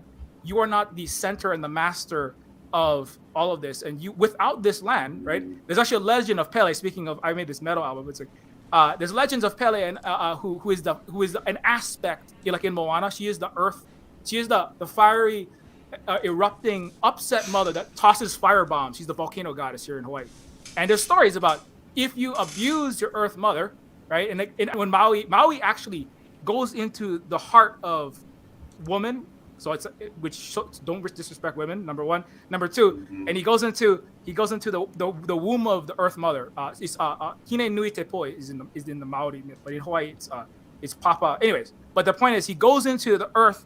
A man goes into the woman's body to take the source of life, to give immortality to man. You know, like I don't know, billionaires trying to build their infinite life on Mars with all the separate wives. So Maui goes into and he steals it, and for that, in the Maori myth, Earth Mother crushes his head off with like obsidian vaginal teeth. Actually, that's actually the legend. That's so you don't disrespect women, you don't disrespect your mother, which is the land. And what we are witnessing now, in a certain sense, right, is deep indigenous wisdom. Is if you continue to disrespect the planet, it's your non-human siblings and all of the environment, right? You will face the Category 7 hurricane, pyronados, and the wildfire. You will face the famine because that's what you would face if you disrespected the land in the Pacific, where you have very limited land. Yeah. But anywhere, you don't. You understand your connections to the land. Queer people are part of a community. They're different. But how can we work together, right? To what wisdom can you bring to our community that the masculine, the kane, or the feminine vahine cannot see? How, and that's why they're venerated and respected. Is one reason. It's because the instinct is to see the difference, accept the difference, humble yourself and be part of this community, right? Through time, through 7 generations. And then you're different and you're not the same as me, but I don't want to just kill you, hurt you, or subjugate you. I want to work with you, leave you different, like the 56 ethnic. I know Vietnam has 54 ethnic regions, China has 56. Turtle Island had hundreds, and the Pacific had many different regions. We want to cooperate and leave you how you are, not erase your language, not erase your culture. Speak your language. In fact, we want to, when we visit you, we would like to do different dances and have different songs, right?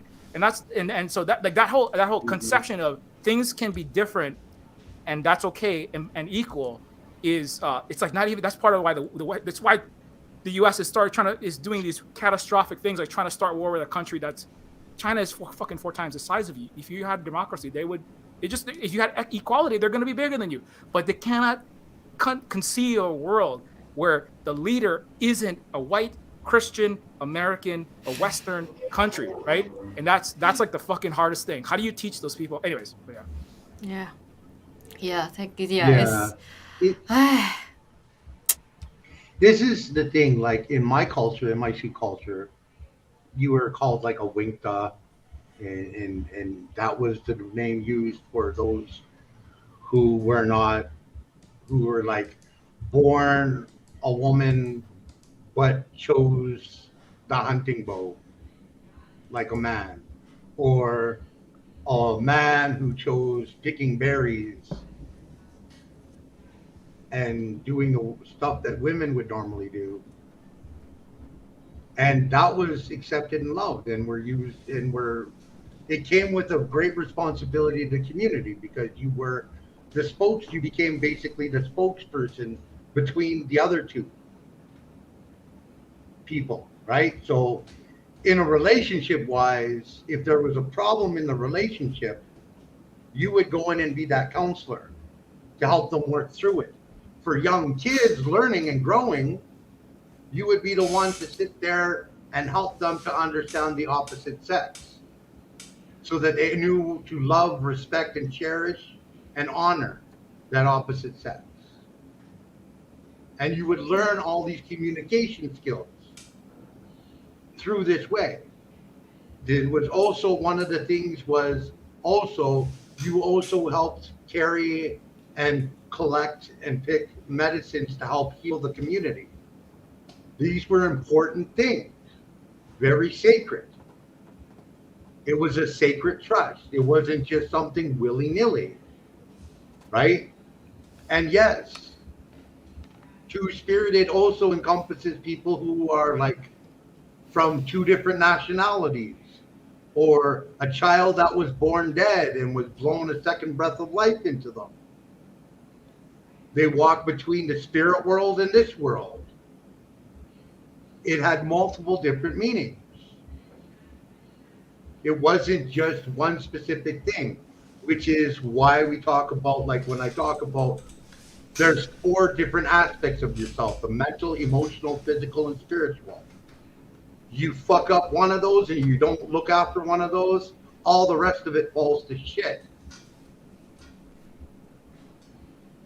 And in Indigenous cultures here on Turtle Island, there was at least 4 genders. Some of them had like in the 20s and over of genders.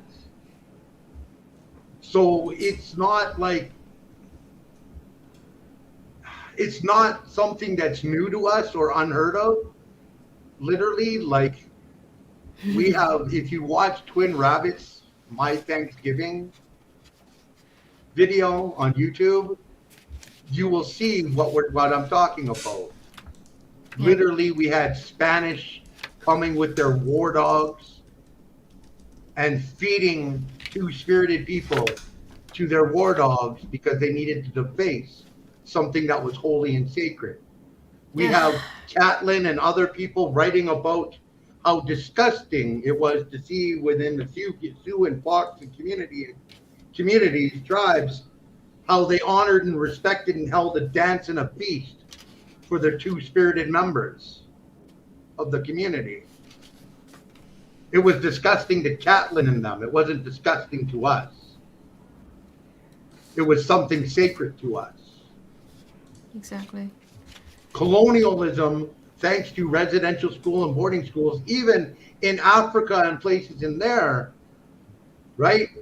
Literally, they had, like, I think it was Mabutu, I might be pronouncing it wrong, please forgive me if I am pronouncing it wrong, who was an African god who, how do I say, had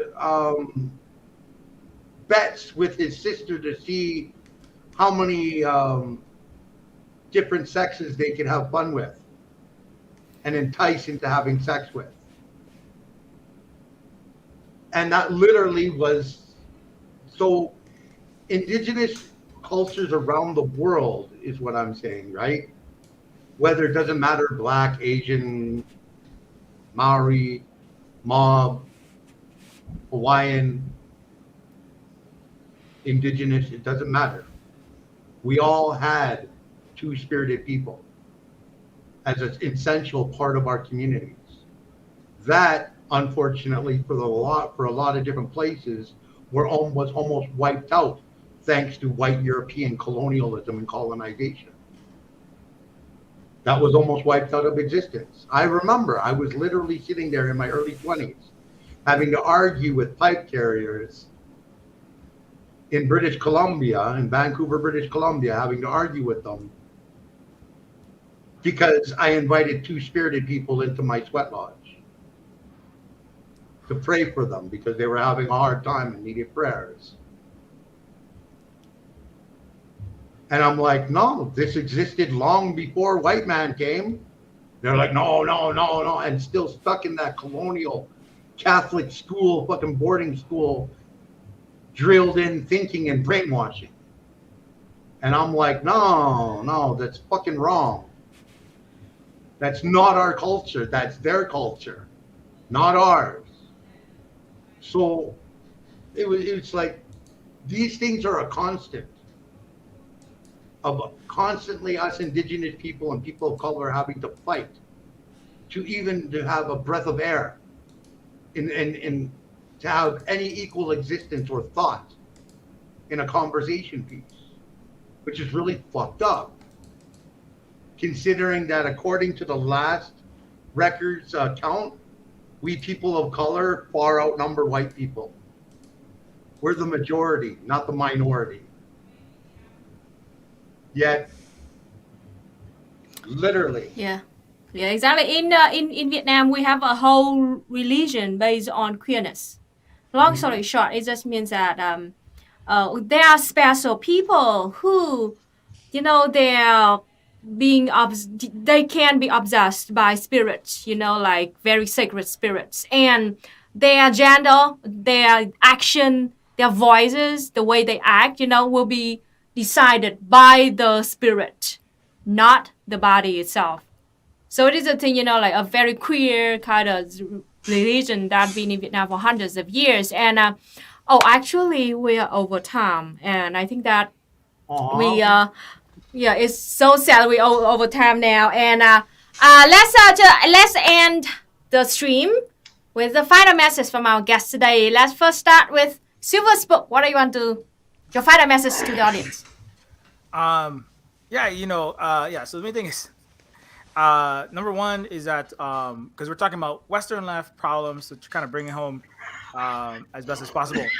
You know, at the end of the day, just remember, like, because we talked about Indigenous, decolonization, you might not know everything about these things. Although if you subscribe to Luna Oil, you probably should know some of these things. But the point is not to scare people. Like, it's not to just to make people feel bad. Although some things will make you feel uncomfortable when you learn about some of these things that have happened. But you do have to learn the history, which is full of things that have happened that were bad, that we've all talked about. So, but while you're learning those things, right? I think I don't have the solution to all the world's problems. That would be.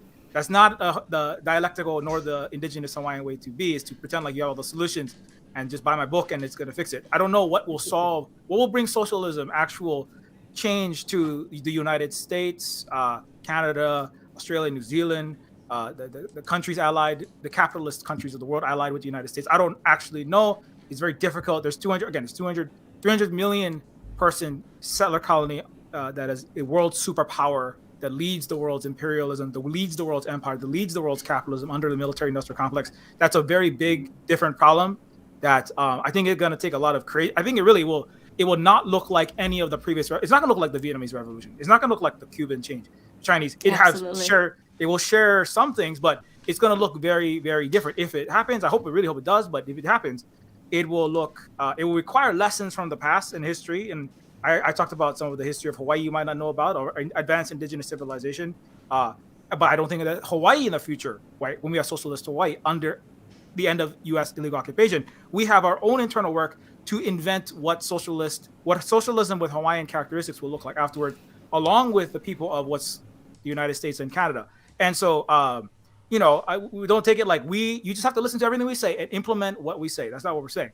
We're saying, like, do listen though, take the lessons, look at the struggles that we are engaged in, consider why your country is not sharing this information and these struggles that we are succeeding at winning with you, and take that as you will, and then integrate that into your practice, into your theory, and so we talk. So you can people that are patriots. I mean, American patriotic socialists.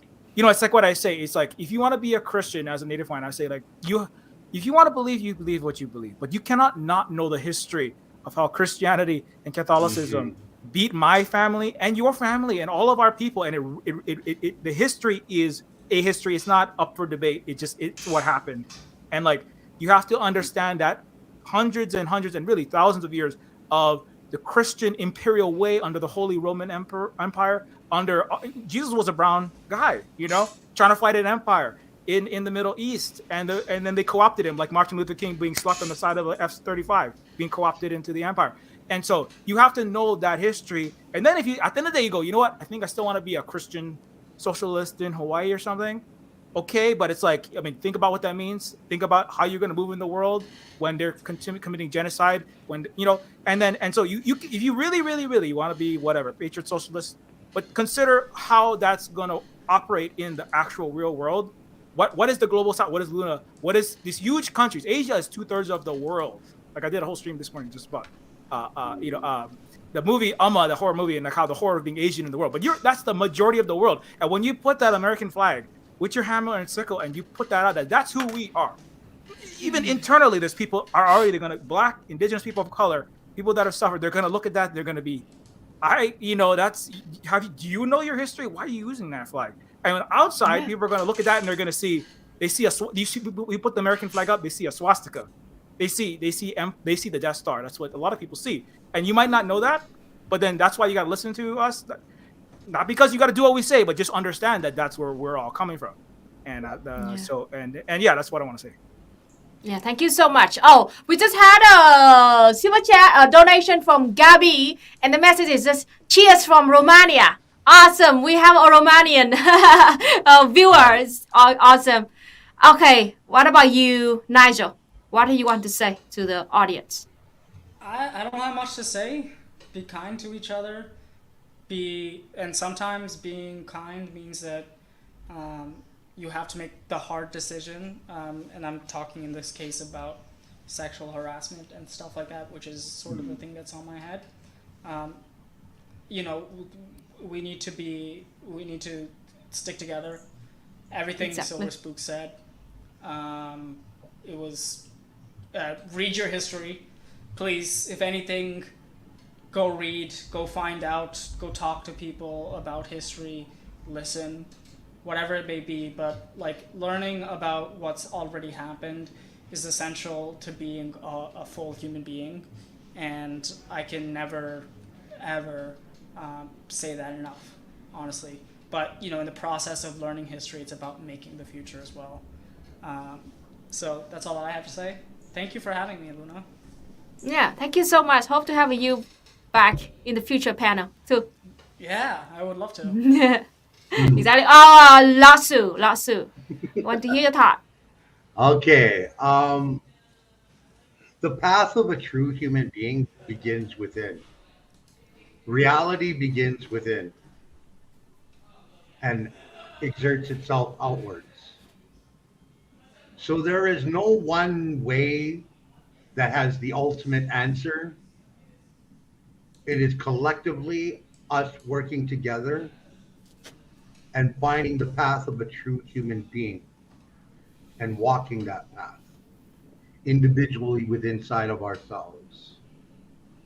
When we come from that understanding and humble ourselves and realize that we are no better than a blade of grass, nor any less than, we start to understand that we are a symbiotic creature with this earth. This earth feeds us while we are alive in this physical form on her body. And when we die, we go back and feed her. This physical form goes and feeds the earth, our mother. When we understand that philosophy and understanding, if we can call it a philosophy, I just call it a way of life, we start to realize that we can no longer allow people to come in and start wars between all of us. That our skin color is only a phenotype. It has nothing to do with our race or who we are as a person. Our sexuality has nothing to do with who we are as a person. That is a personal preference or choice that we make up, which I once again bring back the point. Reality begins within. And from that understanding is you decide who you are. You decide what you want in your life. You decide how you're going to live your life. No one else. Sorry, I'm not quite done. Oh, yeah. Real quick. The last time Mother Earth kicked ass on the planet was with the dinosaurs in the last ice age. The dinosaurs didn't have the capability as we human beings have to realize and know what we can do to change and fix things. They didn't have that ability. We do. So understand that. The Earth will survive. We as a species on the planet might not, unless we do something. We have to stop allowing people to bring forth drama and anger and rage and separation and alienation. That's capitalism. That's white supremacy does that. That's colonialism. That's not we as human beings. That's an ideology, not a human.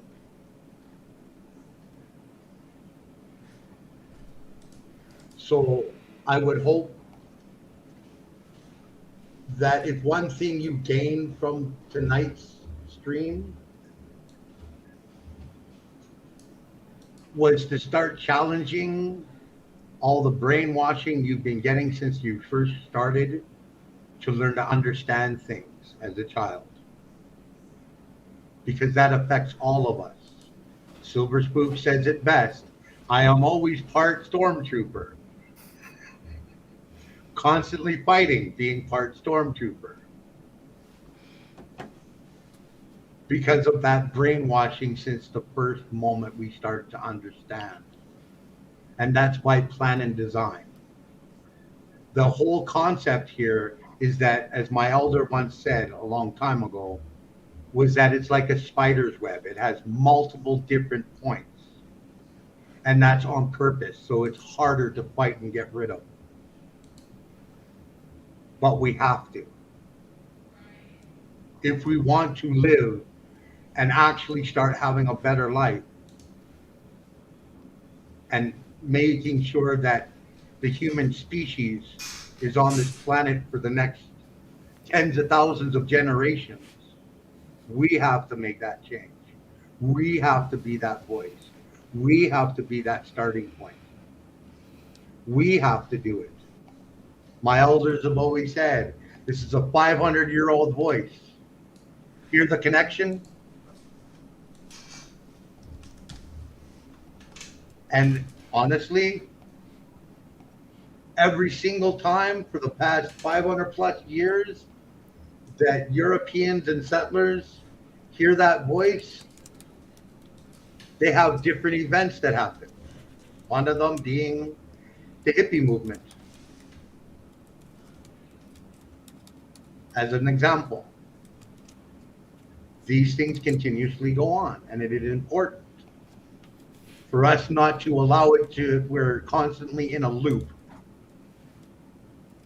We have to stick with it and not just give up. Whether you want to have kids or whether you don't.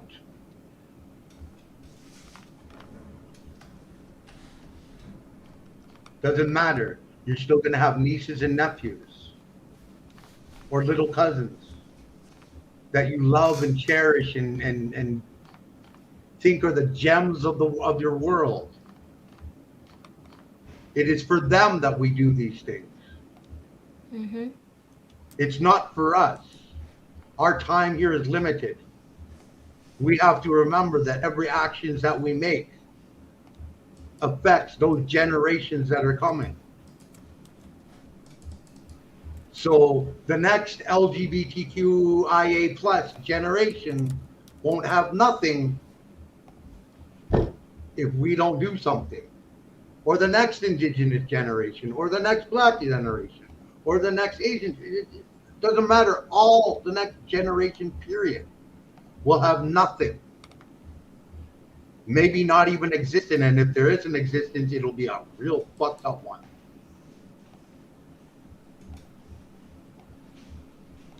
So you decide. Do you want to leave it for the next generation to pick up the fight? Or do we want to actually do something today? AmPatSoc. Okay, Luna. Sorry.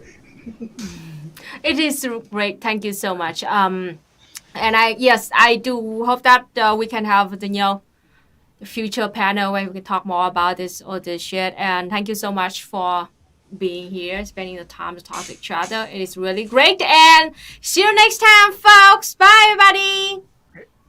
Bye.